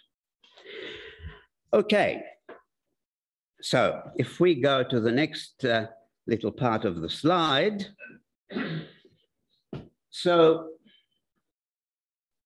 you can see that all those are integral to community engagement. All of those, all those layers are integral to community engagement, which involves education, of course, conversation, goes without saying. And it's so good to hear Alana saying how a particular group of people have made conversation the core of their political process or their engagement in the political process. And of course, that's what conversation at the Crossroads is all about. She may as well have been describing conversation at the Crossroads. Education and then advocacy. When we're putting on the table, not on our own, but with others, alternative ways of thinking and doing, whether it is in relation to health or education or transport or energy production and consumption or relations with China, whatever it may be. And occasionally, we have to say no to certain things. And that in the literature is called protest. We say no, we oppose it. And you make that opposition to certain ways of doing things public. That's protest. So if you sign a petition, which is meant to go to government or parliament or just in the public arena, published in the media, you are protesting about something. You are saying this is not right, it should be moving away from this direction and towards another. Occasionally, protests can even become public in the public place. Now, this cannot be done just by a person on their own. And I think everyone has been saying this. So we need to think creatively, all of us. If we're interested in community or civic engagement or citizenship, call it what you will, what groups or organizations, networks, collective projects might I be part of? You can't take on 25. So you have to select them very carefully. And usually they need to be for a reasonable period of time. It can't be in and out. Otherwise, nothing much is achieved. You need time to get to know the others who are similarly engaged. And you have to make wise choices. You have to choose groups or organizations which enable you to work on a particular issue or set of issues that are of interest to you, but organizations which at the same time have a holistic view or aspire to having a holistic view of where we're at. And that becomes a very clear compass for saying, no, not this one for me, but that one. And you've got to make the time available. Community engagement requires time. And it has to be, in a way, connected to life at home. You cannot have community engagement by one member of the home, the household, where the partner and even the children, if they're of a certain age, have not been consulted. Because your community engagement has to be supported by the rest of the household in one way or another, even if it's just moral support, and perhaps vice versa. So community engagement must be, if it's meaningful, a subject of discussion and consultation, conversation within the home. Otherwise, it will not flourish. It will not flourish, I can assure you. There are exceptions, but they're few and far between. And as of course is important, as we said, with parenting. Community engagement, as we've said, is relevant to work. Now, this, I said I would call a spade a spade. You can't be community engaged and work 60 hours a week. You can't. I'm sorry. You have to lower the number of hours in paid work. Otherwise, it's a nonsense. You can't be doing a full-time study, full-time work 50 hours, and then say, I'm community engaged. Cannot happen. Community engagement requires hours each week or each month. It has to be integrated. And that's why there's need to be a lot of conversation and consultation within the home, within family, and among friends to be able to see your way through how you're going to handle all of this. It doesn't grow on trees. Most people are not born with that, not born with it, and we live in difficult times. We live in difficult times. So to be in a job where there is a clear understanding on the part of the employer that you may not engage in community engagement, we have to think long and hard about that. And there are such jobs. You could be in journalism, which is a great profession, right? But the employer, your media employer says, and you're going to run the articles in this way and this direction, it is contrary to community engagement. You have to face up to the problem one way or another. If we had a proper educational system, children, as they grow up through the years of secondary school in particular, they would be educated about how to handle this. What if you go for a job and the job is contrary to your principles? How do you handle it? You love journalism, but you're straitjacketed. You write an article and it's edited. Certain things are taken out, certain things are put in, the title is changed, and a photo which is at odds with what you wanted is put there. What do you do? Have you been trained to deal with that problem? You deal with a government department in which you're working, and certain things go in a direction which is not the way that you would see fit. How do you handle it? Does the school deal with that problem as it trains people up through the high years of secondary school and then university? It doesn't, not to my knowledge, generally. There are exceptions. So there is a great onus on those who wish to be community engaged to make it integral to life in its various levels, and to try and do it, of course, as dialogically. Oh, maybe that will appear sometime. If you clicked it. Yes, dialogue has to, of course, nourish, nurture all these aspects. They have to be done dialogically. So now these things that I've mentioned are on the difficult side of things. And the only way we have any chance of dealing with them is collectively at all levels. And that's why we have to be engaged with others, not just because of what we contribute, but because of what we gain from that. They help to create these engagements, these connections, these affiliations, these relationships, the consultation, the discussion, and the conversation that happens at all these levels help us to provide a compass for navigating across these this difficult terrain. If it's any consolation, there are, of course, thousands, hundreds of thousands, and millions who are doing this kind of thing as we speak. It can always be done better. We can always do better. And of course, we'd like more and more people to start doing it if they're not already doing it. So there is a great deal of hope in the future. And the one thing that gives me hope is that the answers to a very large extent lie in our hands, because we're all directly involved with life at home, parenting, grandparenting, friendships, education of self and others, employment, and in most cases, travel, and then some form of actual organizational engagement.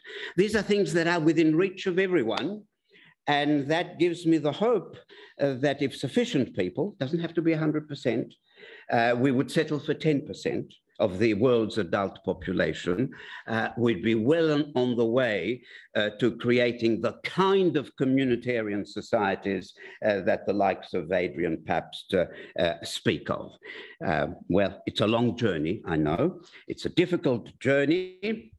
It's daunting, but I think once one begins to run down this track, we find that the journey is not just interesting, but highly rewarding, and at various points, utterly exhilarating. I very much hope we'll all be on that same journey. Thank you.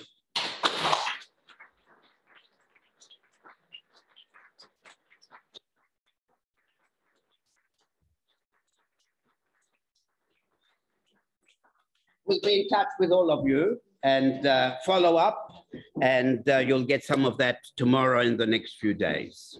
Joe, I know people will be keen to leave, but I just wanted to express our appreciation. I think I, perhaps more than anyone, perhaps with the exception of Rita, know how much work this has taken from you. If I could just take a minute, I know we're all keen, it's cold and dark.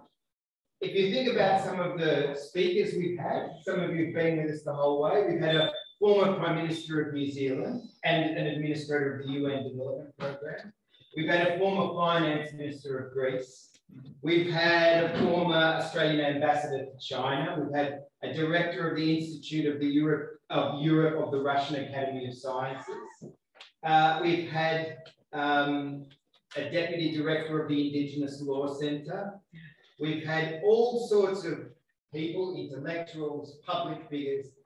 That takes a lot of work, even for someone with Joe's connections. There will be hundreds and hundreds of emails, plus administering week to week, plus the presentations don't get written by themselves.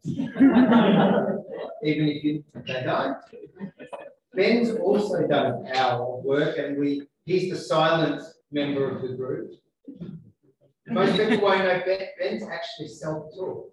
And after, I think, the first week, we've just hardly had the glitch. This is quite an operation for just a handful of people to do. And it's mainly two of you. So I'd like to thank you very much.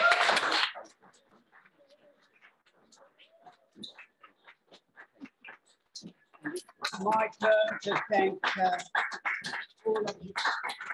Thank the team, those who are here and those who are not, Christian, Susan, Lee, Ben, and many others, Rita, of course, and some who are in the background.